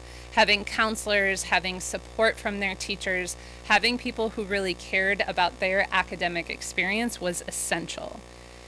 We also heard some key trends that we wanted to share with you before you see the specific strategic plan that we landed on. The first trend that came out across every single group is future readiness. Students overwhelmingly said, I feel underprepared for my future. It's not that they felt totally unprepared, but they felt underprepared. Students said that things like, I know I need to do these certain things like have a budget and taxes and also maybe like know how to cook, but they didn't necessarily know where to get those experiences. Overwhelmingly, students said, what if we had a class like Life After High School, where we got to learn all the things that we're concerned about, because I've never lived on my own and I don't know what this is going to mean for me. Students said, I want to know how to prepare for a resume and apply for financial aid more clearly. I don't quite understand what all my options are. And specifically, students highlighted a need for financial literacy and AI literacy connected directly to it. They talked, and I think this is one of my favorite quotes that you see on the slide. Our students are absolutely brilliant in the way that they look at the world. And one of our students at Valencia said, AI is like the modern day calculator. Pretending like it doesn't exist doesn't help us. We need to learn how to use it responsibly. And that really captured so much of the same sentiment from our students and also many of our parents saying, we know it's important, we just don't know where to go to get them the right experiences. We also saw a very key trend in teachers and relationships. As I mentioned, this was a strength and also something that can really impact student experience. When we think about this specific trend, students talked a lot about they need more support from their teachers, and teachers talked about needing more aligned professional development. Really wanting to understand the scope and sequence for how they would be supported in the classroom and how they could have more proactive support for students instead of reactive to things that are happening in the classroom on a daily basis. Specifically, teachers highlighted over and over the need and desire for really strong PLC time, so that professional learning community where they can learn from their peers and share best practices and really ensure that they continue to become better educators. We also saw a significant trend in student well-being and mental health. Students have higher anxiety about the future. They talked about the depression rates that were happening, and specifically, they weren't wrong. Depression rates are at a national high. Trends from the CDC say 40% of students reported persistent feelings of sadness or hopelessness in the last year. Our students asked for proactive supports, and again, they made great and very specific suggestions, like coordinating multiple homework loads across teachers or not scheduling major tests on the same day so that they could really have the ability to study and be able to pace themselves through the day. They also talked about building counselor access as a part of the day, not something that they would have to miss a class or have to do in addition to the work that they already have. Support staff specifically talked about what the models are for comprehensive district-wide programming and counseling that could happen if this becomes a priority. Equity, access, and consistency was another trend. Students love the programming available. They also know that it's not equal for all students. They know their friends across different school campuses don't always have the same access that they do, depending on where they go, what questions they ask, or what questions their families ask. Students talked at length about how it really needs to be more consistent communication opportunities so they really can understand how to maximize their 4 years in high school. Parents talked about, couldn't we just have one district portal where we could learn all the things and not have to go here and get an email here? It's very complicated, especially if you have students across multiple campuses. And specifically, everyone talked about these gaps could really be solved with a consistent process, with a consistent system. For the last two trends, I'm going to turn it back over to Dr. Kim because these are really at the heart and the core of the plan that we have.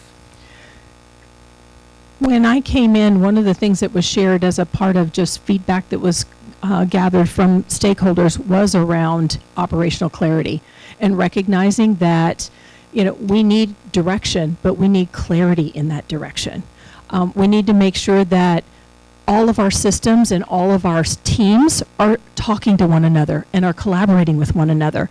We saw inconsistencies, and it was pointed out, inconsistencies in processes across the district. So principals said, we would like to contact different departments and get the same answer when we need some help and we need some clarity. We would like folks to connect, right? And collaborate, and we don't want silos. We want to make sure that we can have the confidence that if we get an answer from Dr. Perez, it's the same answer that I'm going to get from Chad McGow. And all of those things connect to one another and people feel confident that they know the direction that we're going. When we think about, I love the quote, one of our principals said, integrity, clarity, and focus for all of us.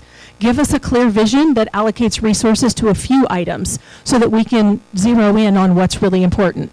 We talk about the fact that if everything's important, then nothing's important. And we have an LCAP that has 170, items in it that I understand that there's lots of things that we're doing, but the reality at the end of the day is that we've created a bit of alphabet soup for our schools. And so when we think about the work we need to do, we need to hone in on what's important. What do we need to think about are our most high leverage action strategies in order to get the best outcomes for our kids? Our people told us PLC time is underutilized. And Ellen Mary talked about folks want to use it well. They want the time to learn from their colleagues. And so we need to make sure that there's real collaboration time. I will tell you, it made my heart happy to hear people say our class sizes need to be reconsidered. It is a little bit interesting to me to think about over 36-year-olds trying to learn how to read. And so we have to think about how do we set priorities in this district to ensure that we give kids a strong foundation so that they can achieve at their highest level. And then our teachers, our students, and our families talked about behavior management, recognizing that dysregulated students take away learning time. And so we've got to give students the tools they need and the strategies they need. We need to give educators the tools and the strategies they need and the support structures to make sure that all students can learn each and every day. And then as we think about community belonging and school identity, it was heartwarming to hear our educators and our families talk about what is most special about our district is the fact that we all genuinely care about all of the students in our district. And so as we think about our families want schools to remain distinctive, but they want them to remain community rooted. They really want us to recognize that our community is our greatest asset. And as we serve our community, we need to focus on school culture, programs, and community relationships, because those are the things that make the distinct difference and make PYL special. And so as we look at extracurriculars and arts and athletics, that has been a notable asset in this community for me as a leader to see our kids thrive, to see our kids connect to that. Those are the things that make kids want to come to school. Those are the things that motivate kids. Those are the things that connect to the brain research around how do we help students achieve at their highest levels. And so those are significant reasons that our students stay engaged. Our community wants to be our partners in this work. We have business and industry partners in our community that said, please let us be a part of giving students experiences that connect to the real world. Our families want to be partners, and our students want to continue to have voice in this process. One of our students says, please don't let this be one and done. Please don't ask us and never talk to us about this again. Please let us be a part of this. It is our educational experience. Please include us in that process. And so that was all part of what we thought about when we really looked at how do we build a plan that's reflective of that. And so finally, I'll bring this together by saying, when we asked people, what are the knowledge and skills that you believe students need in order to be successful, in order to thrive, and in order to be prepared for their future so they can go off to Atlanta, Georgia, and choose AI and pre-law and be really successful at that. And these are some of the skills that were identified over and over again in every session: responsibility, independence, time management, critical thinking, leadership, communication, curiosity. Those are durable skills. We've begun talking about durable skills with our school leaders to really think about how do we teach content through the development of these skills so that our kids don't just know bits of information, but they know how to be powerful learners and they know how to navigate where they want to go.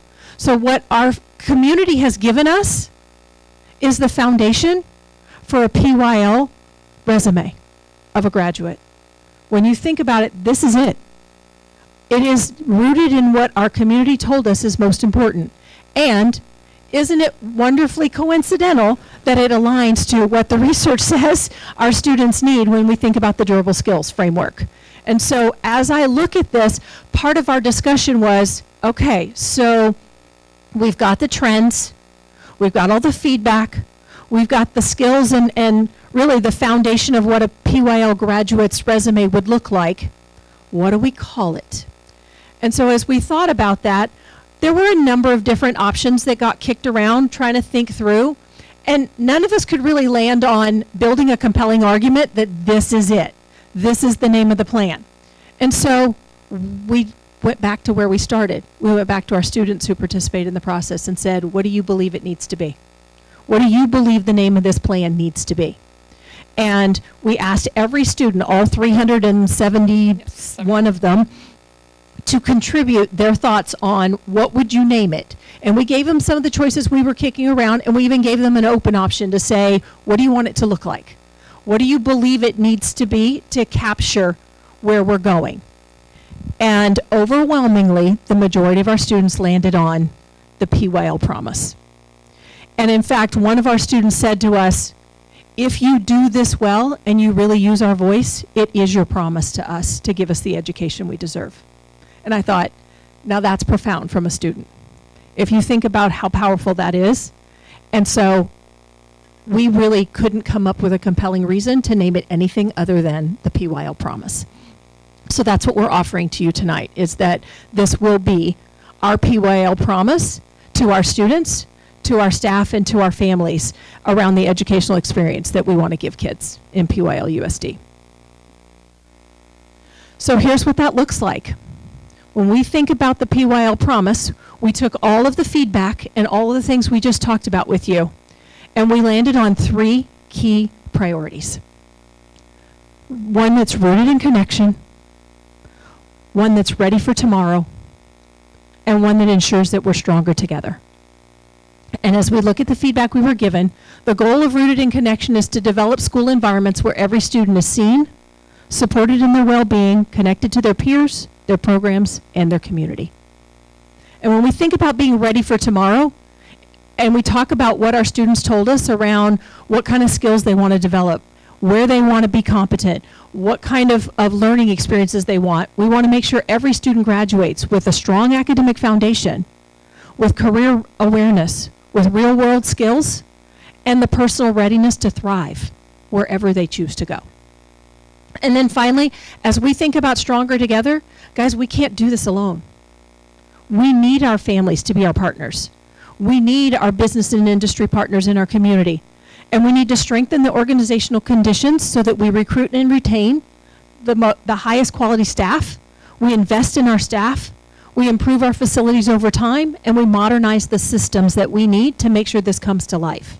That means data systems. That means financial systems.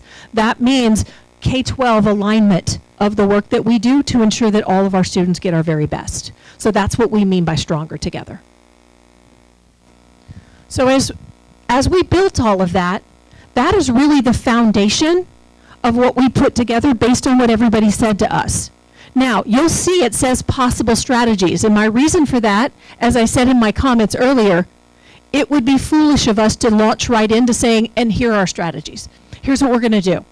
When the reality is we need to connect with our students, we need to connect with our staff and really look at if this is our goal, and we think about all the feedback that we got, some of the possible strategies, it does make sense. Strengthen student belonging and engagement. Looking at proactive mental health and well-being supports.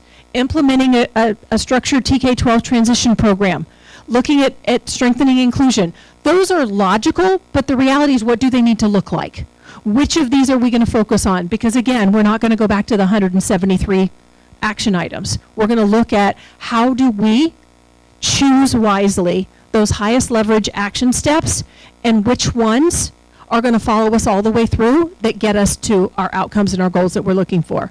Because what's different about this plan, I'm going to back up and say, you know, what we're doing when we talk about building a strategic plan isn't different than most other school districts.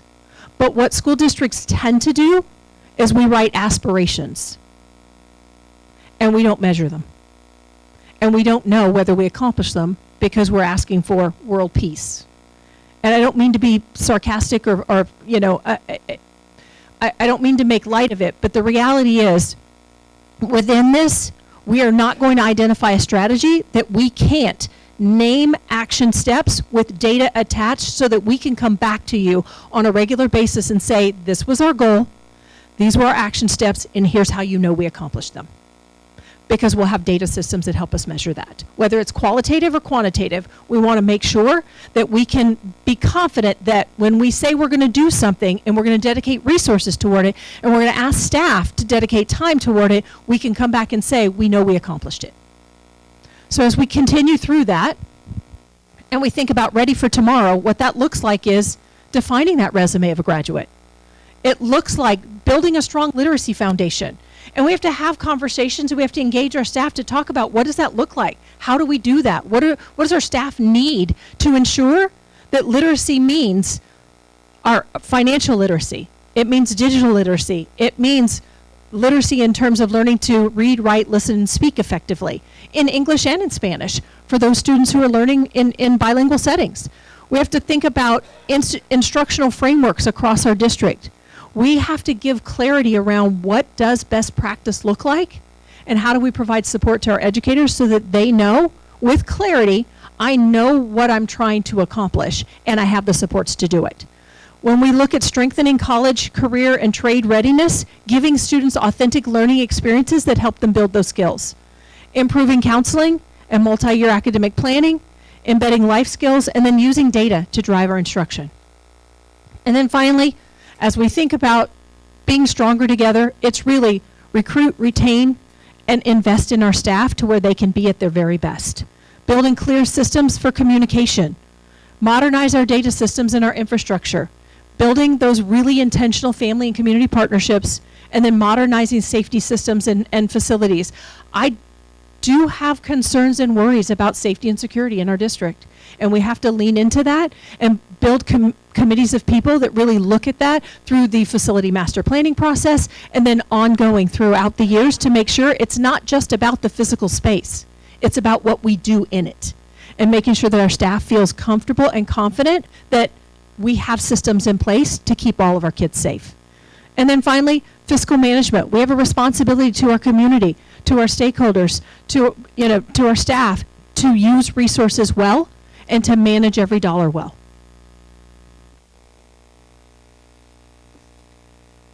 So one of the things I asked Laura Lee to help me do is to make a commitment that this plan was a plan that belonged to everyone in our community.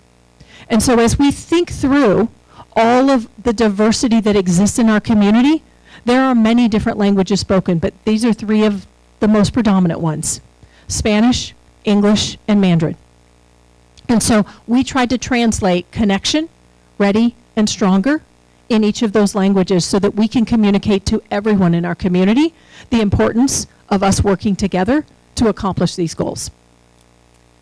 The simplicity of being able to narrow down to 3 priorities is really essential for us to continually make sure that we can draw everything that we do back to this plan. And when we can't draw something back to the plan, we have to ask ourselves, is that something we should keep doing? The answer cannot be, well, we've always done it this way, because that's not what's going to produce better outcomes for our students, our staff, and our community.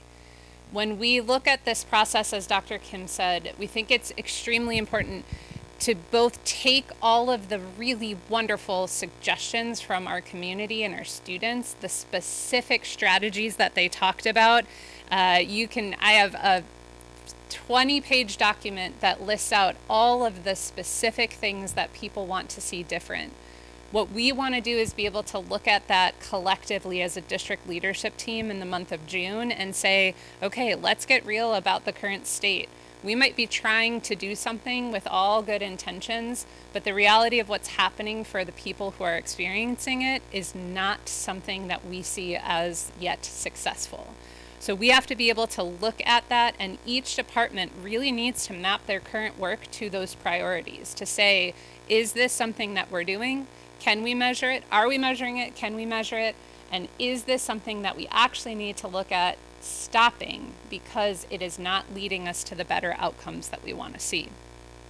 In July, the focus will dive deep into developing a very coherent action plan for year 1 that will also be backwards mapped 5 years. We want to make sure that we're both being able to take a very clear strategic bite of the apple while also knowing that that's going to build to something larger.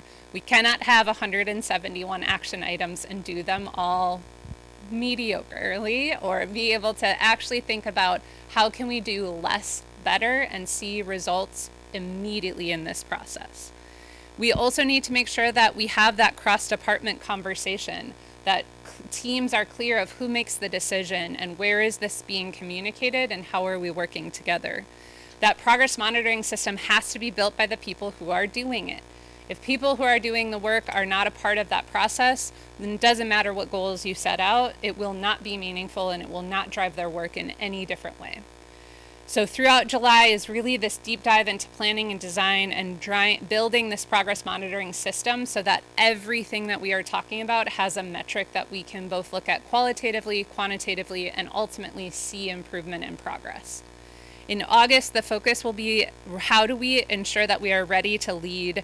How do we monitor this process throughout the school year? How do we use data differently? How do we have consistent district messages to support the plan? And what is our accountability and commitment with the larger leadership team and our principals across the district? It is essential that people are a part of this process, and it is not just something that is handed to them as a compliance exercise. That will not lead us to great things in our district. Before I jump into this slide, one of the things that Ellen Mary said, we have to acknowledge that we didn't come into a completely blank slate. We didn't come into a blank canvas. There are many things that our folks told us about that are working really well, that are successes in our system, and we have to acknowledge that. And so what Ellen Mary talked about is, part of the work that we did when we started doing high school reimagined work is start, stop, and continue. We have to think about what do we need to start doing, because we don't have systems in place and folks told us it was important work. What do we need to stop doing because it's not serving our purpose well? And what do we need to continue doing because it is serving us well, and our community and our students and our staff told us it's working really well. And so that balance has to happen as a part of building out where we're going and what work we're doing. And as we think about that, that's an important foundation for us to begin with. And so as I talked about, when we start looking at this and the timeline that Ellen Mary talked about, here's an example of what this is going to look like. When we think about our focus area will be to increase participation of at-promise student groups in CTE pathways. So progress monitoring might look like us tracking the number and the demographics of students enrolling and matriculating through and completing CTE pathways. So being able to bring to you numbers around students who complete an industry credential each semester, and what that looks like, and how we're building programs and access and availability of those programs to our kids. We may be looking at increasing the percentage of at-promise students that graduate having met A through G. Well, we would look at number and demographics of students enrolling and passing those A through G courses. And so when we think about each of these different headings of like Ready for Tomorrow and Rooted in Connection, we'll identify some of the focus areas and what are the data metrics that we're going to bring you, and when does it make sense for us to bring them to you. And so as we build a cadence of coming back and being really transparent, one of the things that I heard really clearly from parents and from community members is, we want to trust you. We want you to lead, and we want you to be trustworthy, and we want you to show us transparency in the work that you do. And so as we begin to do this, part of that progress monitoring is being transparent and offering that. And I'll go all the way back to that transparency piece led me through the thinking of the work we did, even in all the listening sessions. Because if you look at the webpage that Laura Lee and Ellen Mary created and managed, it had exactly how many people participated in every group, how many were invited, what the themes were that came out of every session. We were trying to be really intentional in all of that, and that's going to continue throughout our plan. When we think about building the focus areas and we think about progress monitoring, my intention will be to show both our board and our community what work are we doing, is it being successful, are we providing the right resources and support so that people can be successful, and how do we know from the progress monitoring. That's really important in this work. So I'll wrap it up with our proposal of Rooted in Connection, Ready for Tomorrow, and Stronger Together builds a foundation for the next 5 years, ensuring that the voices of every stakeholder group that we engaged with are going to be represented, honored, and respected as a part of the work that we're going to do together, because it does represent who PYL is, and so it is going to be the PYL promise to the work we do. So I'm going to stop talking now and let you all ask questions and or provide comments that you have.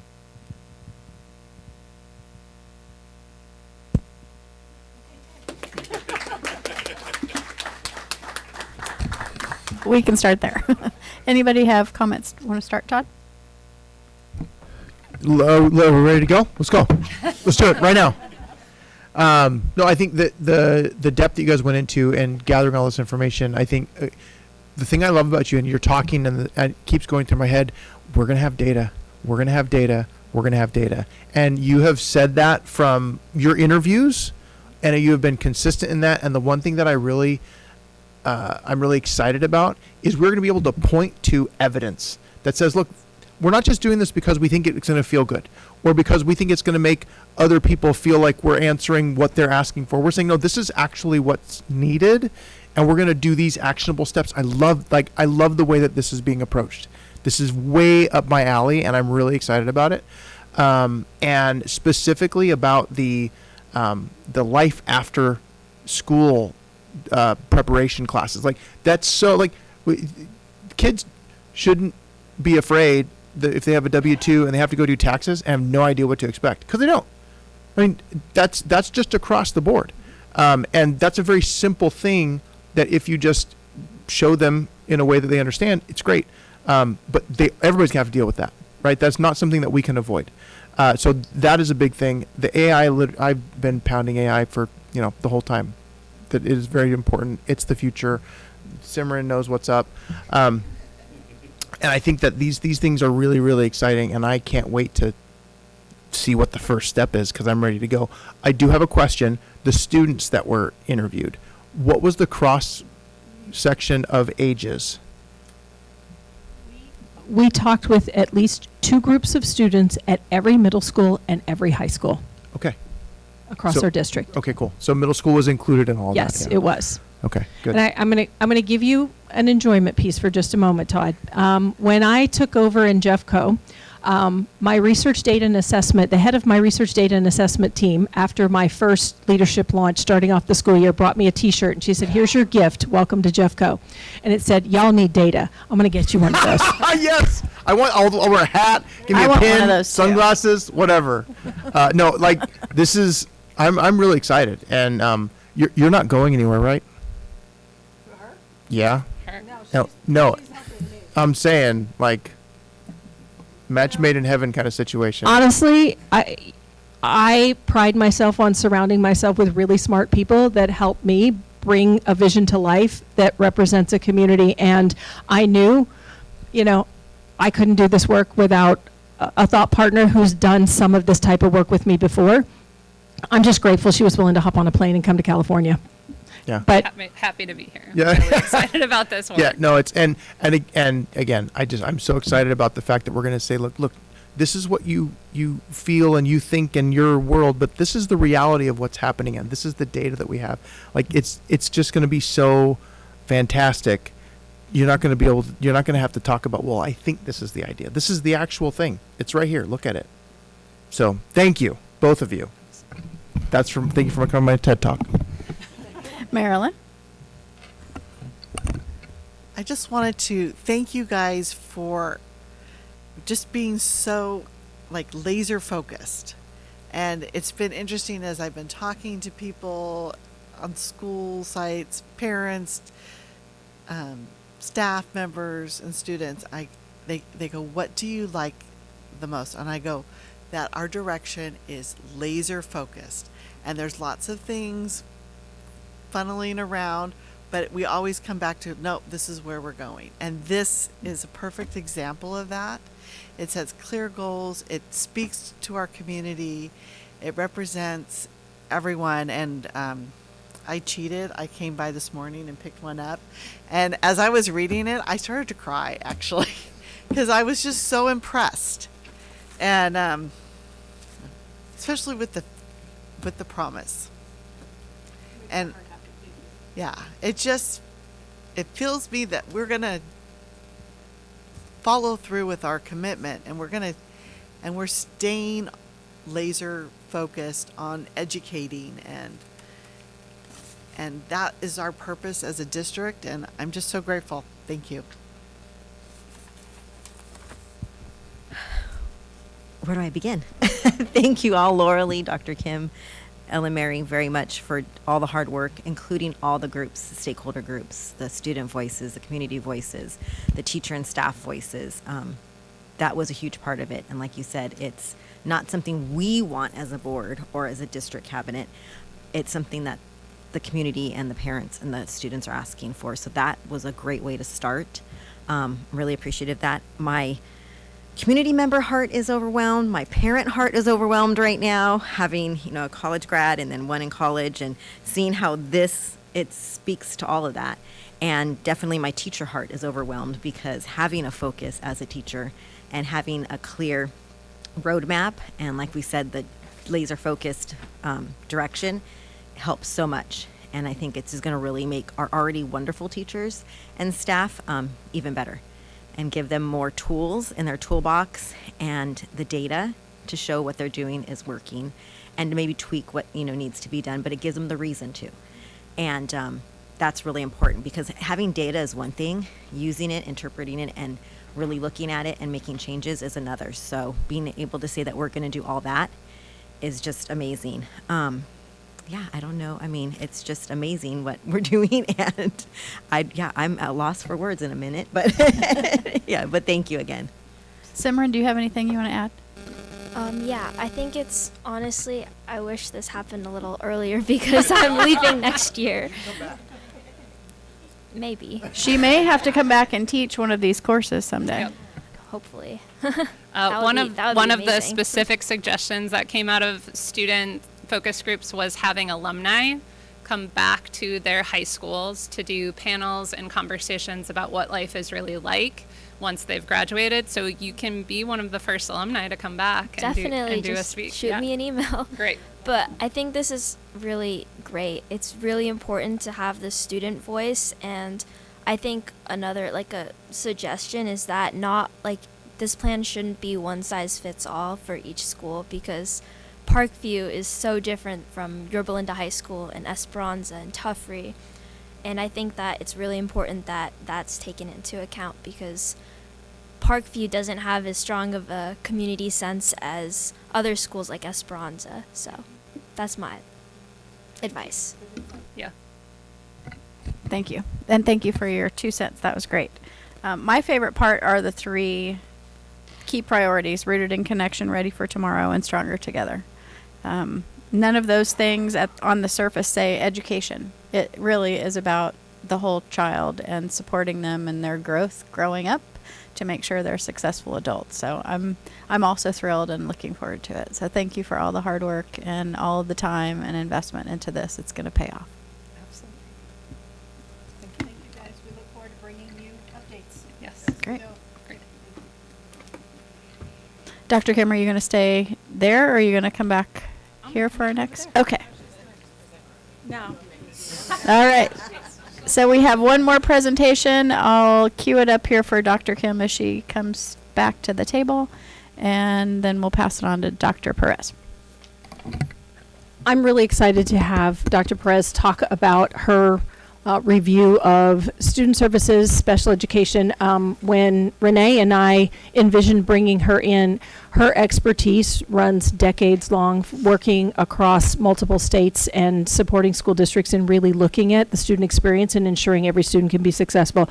And she completed this work months ago, and frankly, we've had a very full agenda every month, and we've kind of said, hey, wait a minute. Serendipitously, it goes nicely hand in hand with our strategic plan. So I'm kind of glad we waited, because timing wise, it will connect with everything you just heard. So I'm going to hand it over to her and let her share her assessment and what she learned as a part of coming into PYL. Thank you very much, President Buck, Dr. Kim, trustees, and cabinet members. Thank you for giving me the time and space to share the findings around student services and special education. A big special thank you to Assistant Superintendent Gray and her team. Without her confidence, without her insight, all of her expertise on our staffing, our systems, our families, this wouldn't be as comprehensive as it has been. So thank you very much for everything you've given in this. So as Dr. Kim shared, you were going to see a lot of crossover and carryover. And just note in this, don't follow Kim and Mary Ellen when we're presenting. Somebody should have helped me out on that, on the structure of, right? Don't go after them. It's just not as exciting, and I'm not walking around. But a lot of the same themes you're going to see. Yep, my mic is on, but I'm short and don't reach it. That's the problem.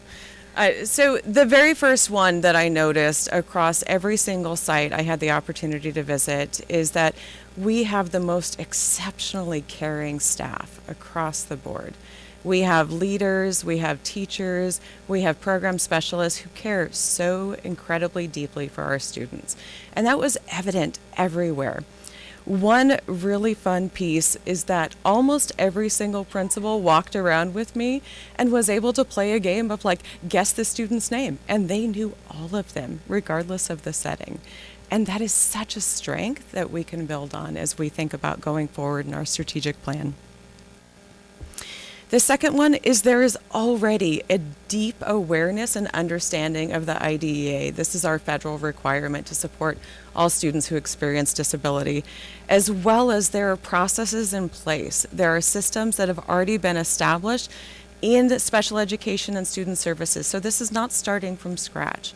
There are well-developed allocation resource models around instructional assistance, ensuring follow-up with principals, thinking about where those are at, as well as we have already started some co-teaching in our pre-K, our preschool, and our TK, and some kinder classes with a lot of success and a lot of desire to enter into those programs. So we already have some capitalized opportunities here. Another amazing strength to this community is the advantage of we have wellness specialists at every secondary site. We have school nurses. We have family resource centers. We have very, very strong external partnerships in PYL. And that's unique to this district and not something that I see across districts or across states, right? So we have partnerships with St. Jude, Family Health Matters, Wellness on Wheels, Big Brothers, Big Sisters, and more, right? And those are just some of how our community shows up to support our schools. And that's another strength that we're just going to keep living into and building on. We also have some sustainable practices already happening around security that we can lean into. We have Raptor emergency systems and visitor check-ins at our schools. We have resource officers, we have AEDs and CPRs. We also have comprehensive threat assessment protocols already established. So we already have some foundational components really, really well developed. And that is, huge kudos to the team for working alongside all of their partners to get this done. So I'm going to shift gears. As we look at this, there's also opportunities and areas that we want to focus on. Some of these align with the strategic plan work, and some of these also are going to be in addition to and very specific to thinking about the work that we're going to be doing in student services and special education, in ed services, and how all that plays together. So the very first one is that our paraeducators, our instructional assistants, are often less than 4 hours a day. This creates hard to fill positions that people aren't maintaining. So we have a number of open spaces.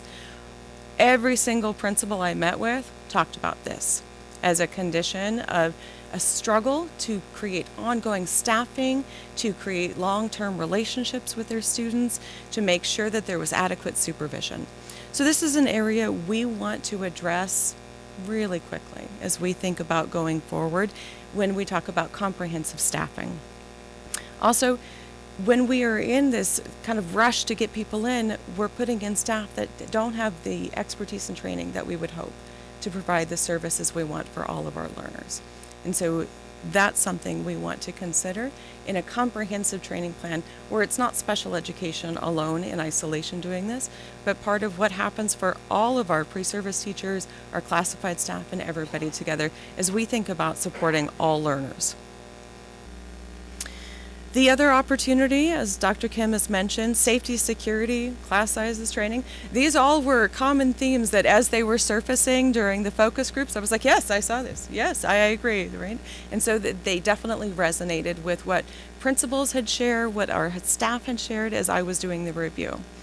So right now we need to modernize and update our lockdown procedures and our protocols. We need to make sure that there's consistency. Our staff are trained and understand what to do. Our principals understand what to do.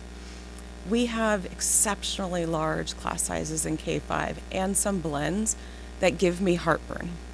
And really thinking about having taught reading and taught early literacy, it is really difficult to think about teaching 32 small humans how to read, right? And so that also principals noted is it's a barrier to wellness in their classes and to increasing access and opportunity for lots of complex learners. We've talked a little bit about the paraeducator. Part of what happens when we have this reduction and we have all of these openings, now we have this over-reliance on all of this contracting service because we're trying desperately to fill roles. And so we need to have supervision, we need to have people in place, which means we are outsourcing that at a really expensive rate and model. And that doesn't create long-term relationships. It doesn't build on what we said was most important, which is our own internal community and staff. We also have an insufficient substitute model, right? Not unlike other districts around the state or in other states around the nation. Our substitute pool is not as thick as we would like it to be. And so we have to work creatively to find opportunities, because right now, if somebody's not there, it's pulling supervision, resources, and support from another space in a school. This has been mentioned a few times, but there is a need to have some integrated services across language acquisition, across gifted and talented services, and special education. One integrated service model where we consider all of the learning needs for all of our students provides opportunity for everybody to have entry, and it's more cost efficient, which I'll get to. We have students that are dual identified and are twice exceptional. And right now there's silos operating for gifted and talented happens over here. Special education happens over here. Language happens over here. And that happens in a variety of settings without malintent. It's just been the structure of how this district has been operating. We need to have some coordinated funding and staffing and plans to create cohesion to make sure that we're all aligned in that system. And behavior supports. This has been mentioned, but the behaviors, the challenging and unexpected behaviors our schools are seeing are outpacing our staff, training, and systems, as well as their capacity to respond effectively. And that was mentioned at every single site, that every principal felt it. They felt it from their teachers and their teams. We need to determine an appropriate multi-tiered system of response across everyone. This is not a special education concern. This is a general education concern. We have to tackle it from that lens first. We need to have concrete staff strategies that all staff members learn. Again, this cannot be fixed by special educators trying to come in and provide resources and support and structures in isolation. And we need to have consistency across all settings. So students should not have a variance in their behavior expectations or their supports and strategies as they experience different settings. So what we see right now is that we have an over-reliance on students being placed in classes that don't have access to grade level material. And our current data suggests that we have a majority of students in special education who are either learning disabled or speech language impaired. And we know the research strongly supports general education access for these learners. And we're seeing a majority of these students being provided instruction without access to general ed settings. So currently, this is our data here in yellow, our students with disabilities, they're underperforming their peers. We have 79.3% graduating right now on target, and 14.8% that are meeting that college career indicator.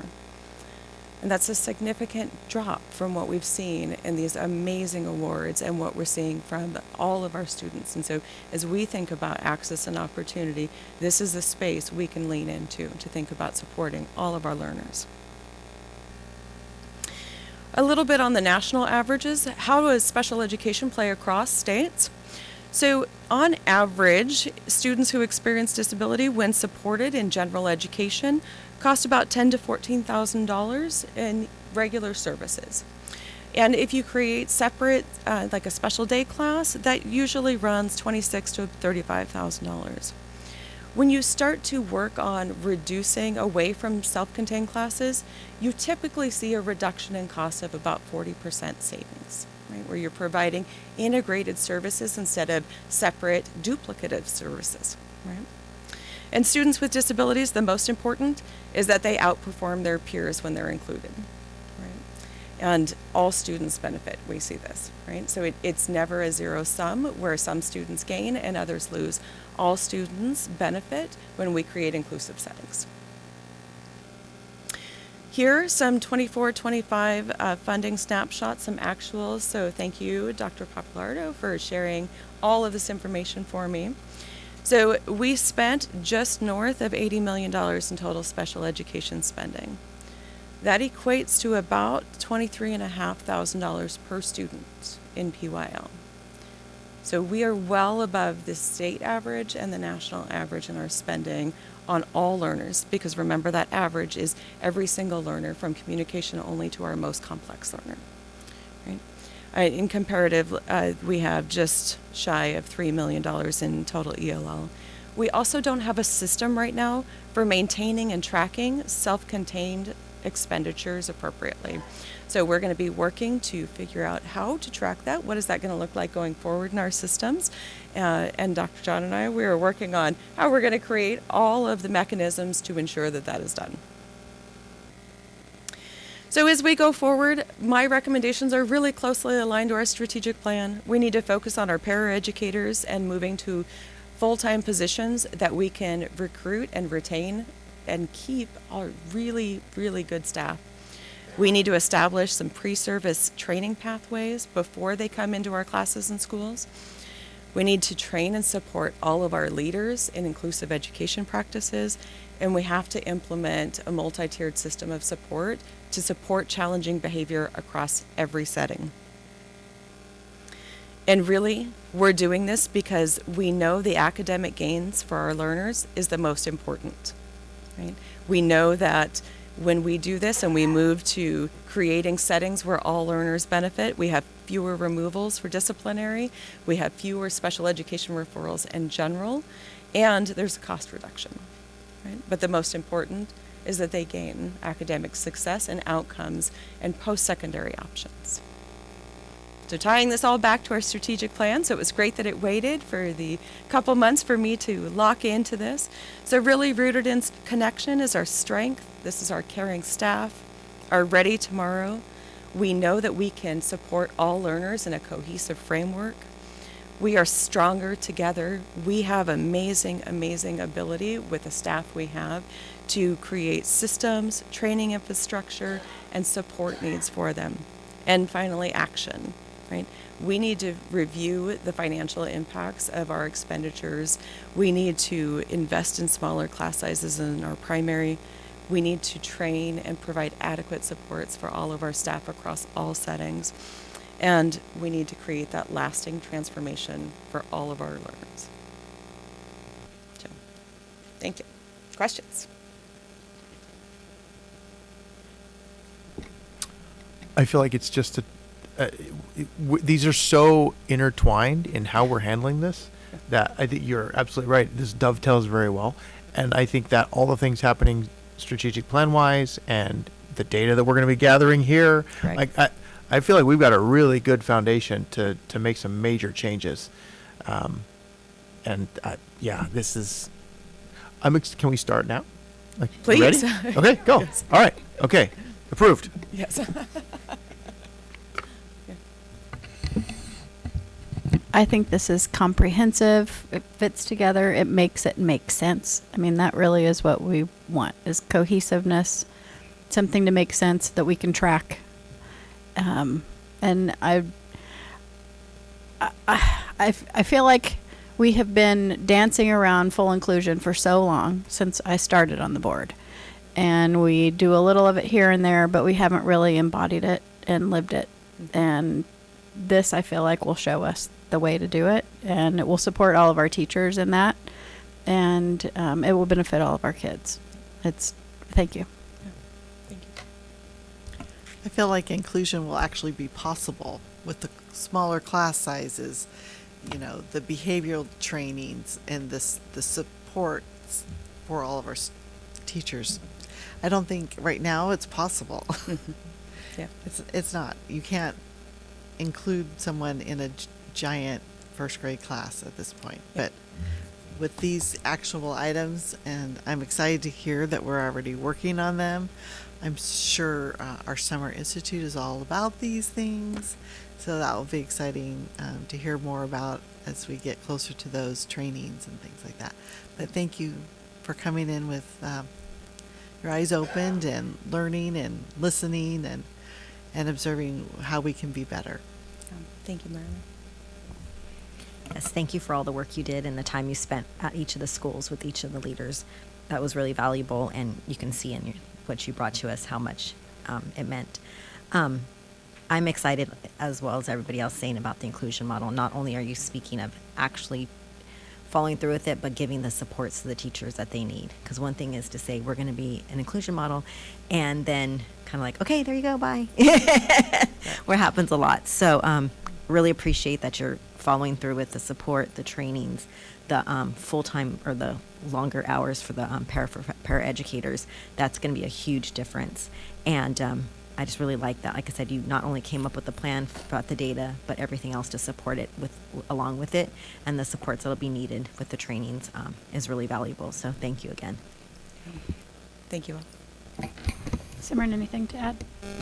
Again, same thing, just whatever everybody else has been saying.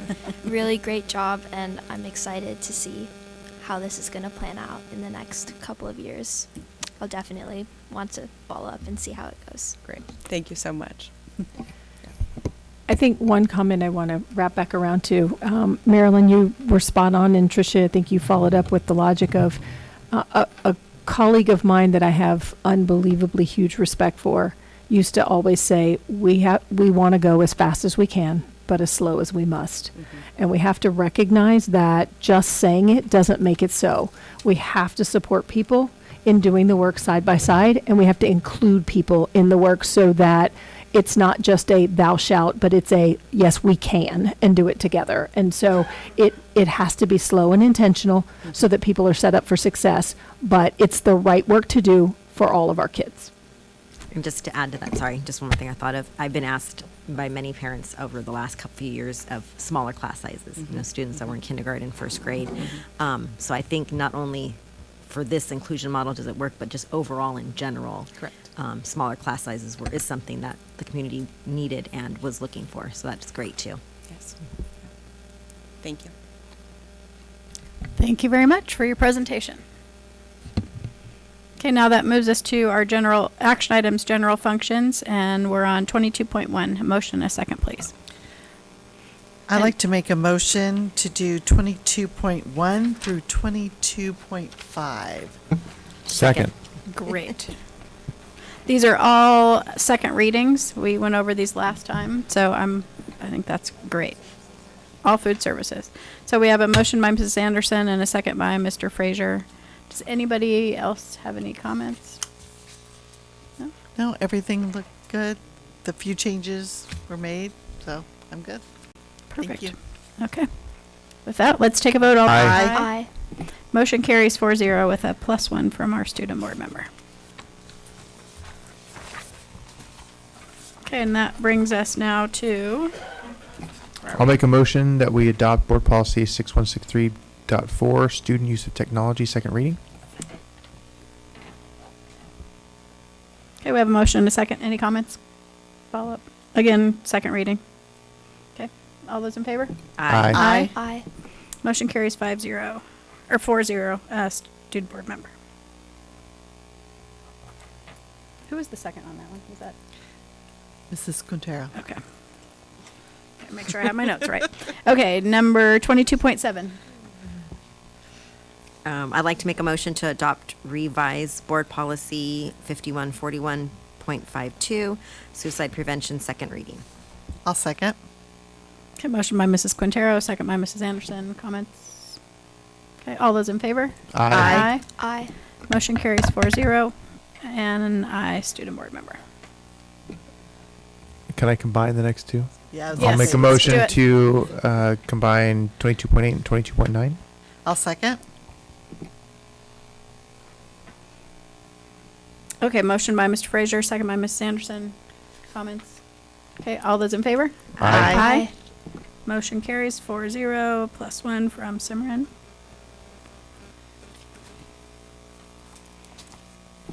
And now we're to action items, business services, and we'll take a motion first. I'll make a motion for the financial disclosure, California School Employees Association, chapter number 293, CSEA. Second. Okay, motion by Mr. Frazier, second by Mrs. Quintero. And then before we have, we vote, we'll turn it over to Dr. Kim. Just very quickly, I want to say a thank you to our negotiations team. Certainly, Mr. McGow, Dr. Papalardo, and Dr. Perez worked collaboratively with our CSEA colleagues and went through a process that we all feel really good about. So I'm proud of the work that everyone did together. It really was a step forward toward what we talked about tonight in terms of collaboration and working with our teams of people. So thank you. And there are some representatives in the audience nodding along, so that's great to hear from you as well.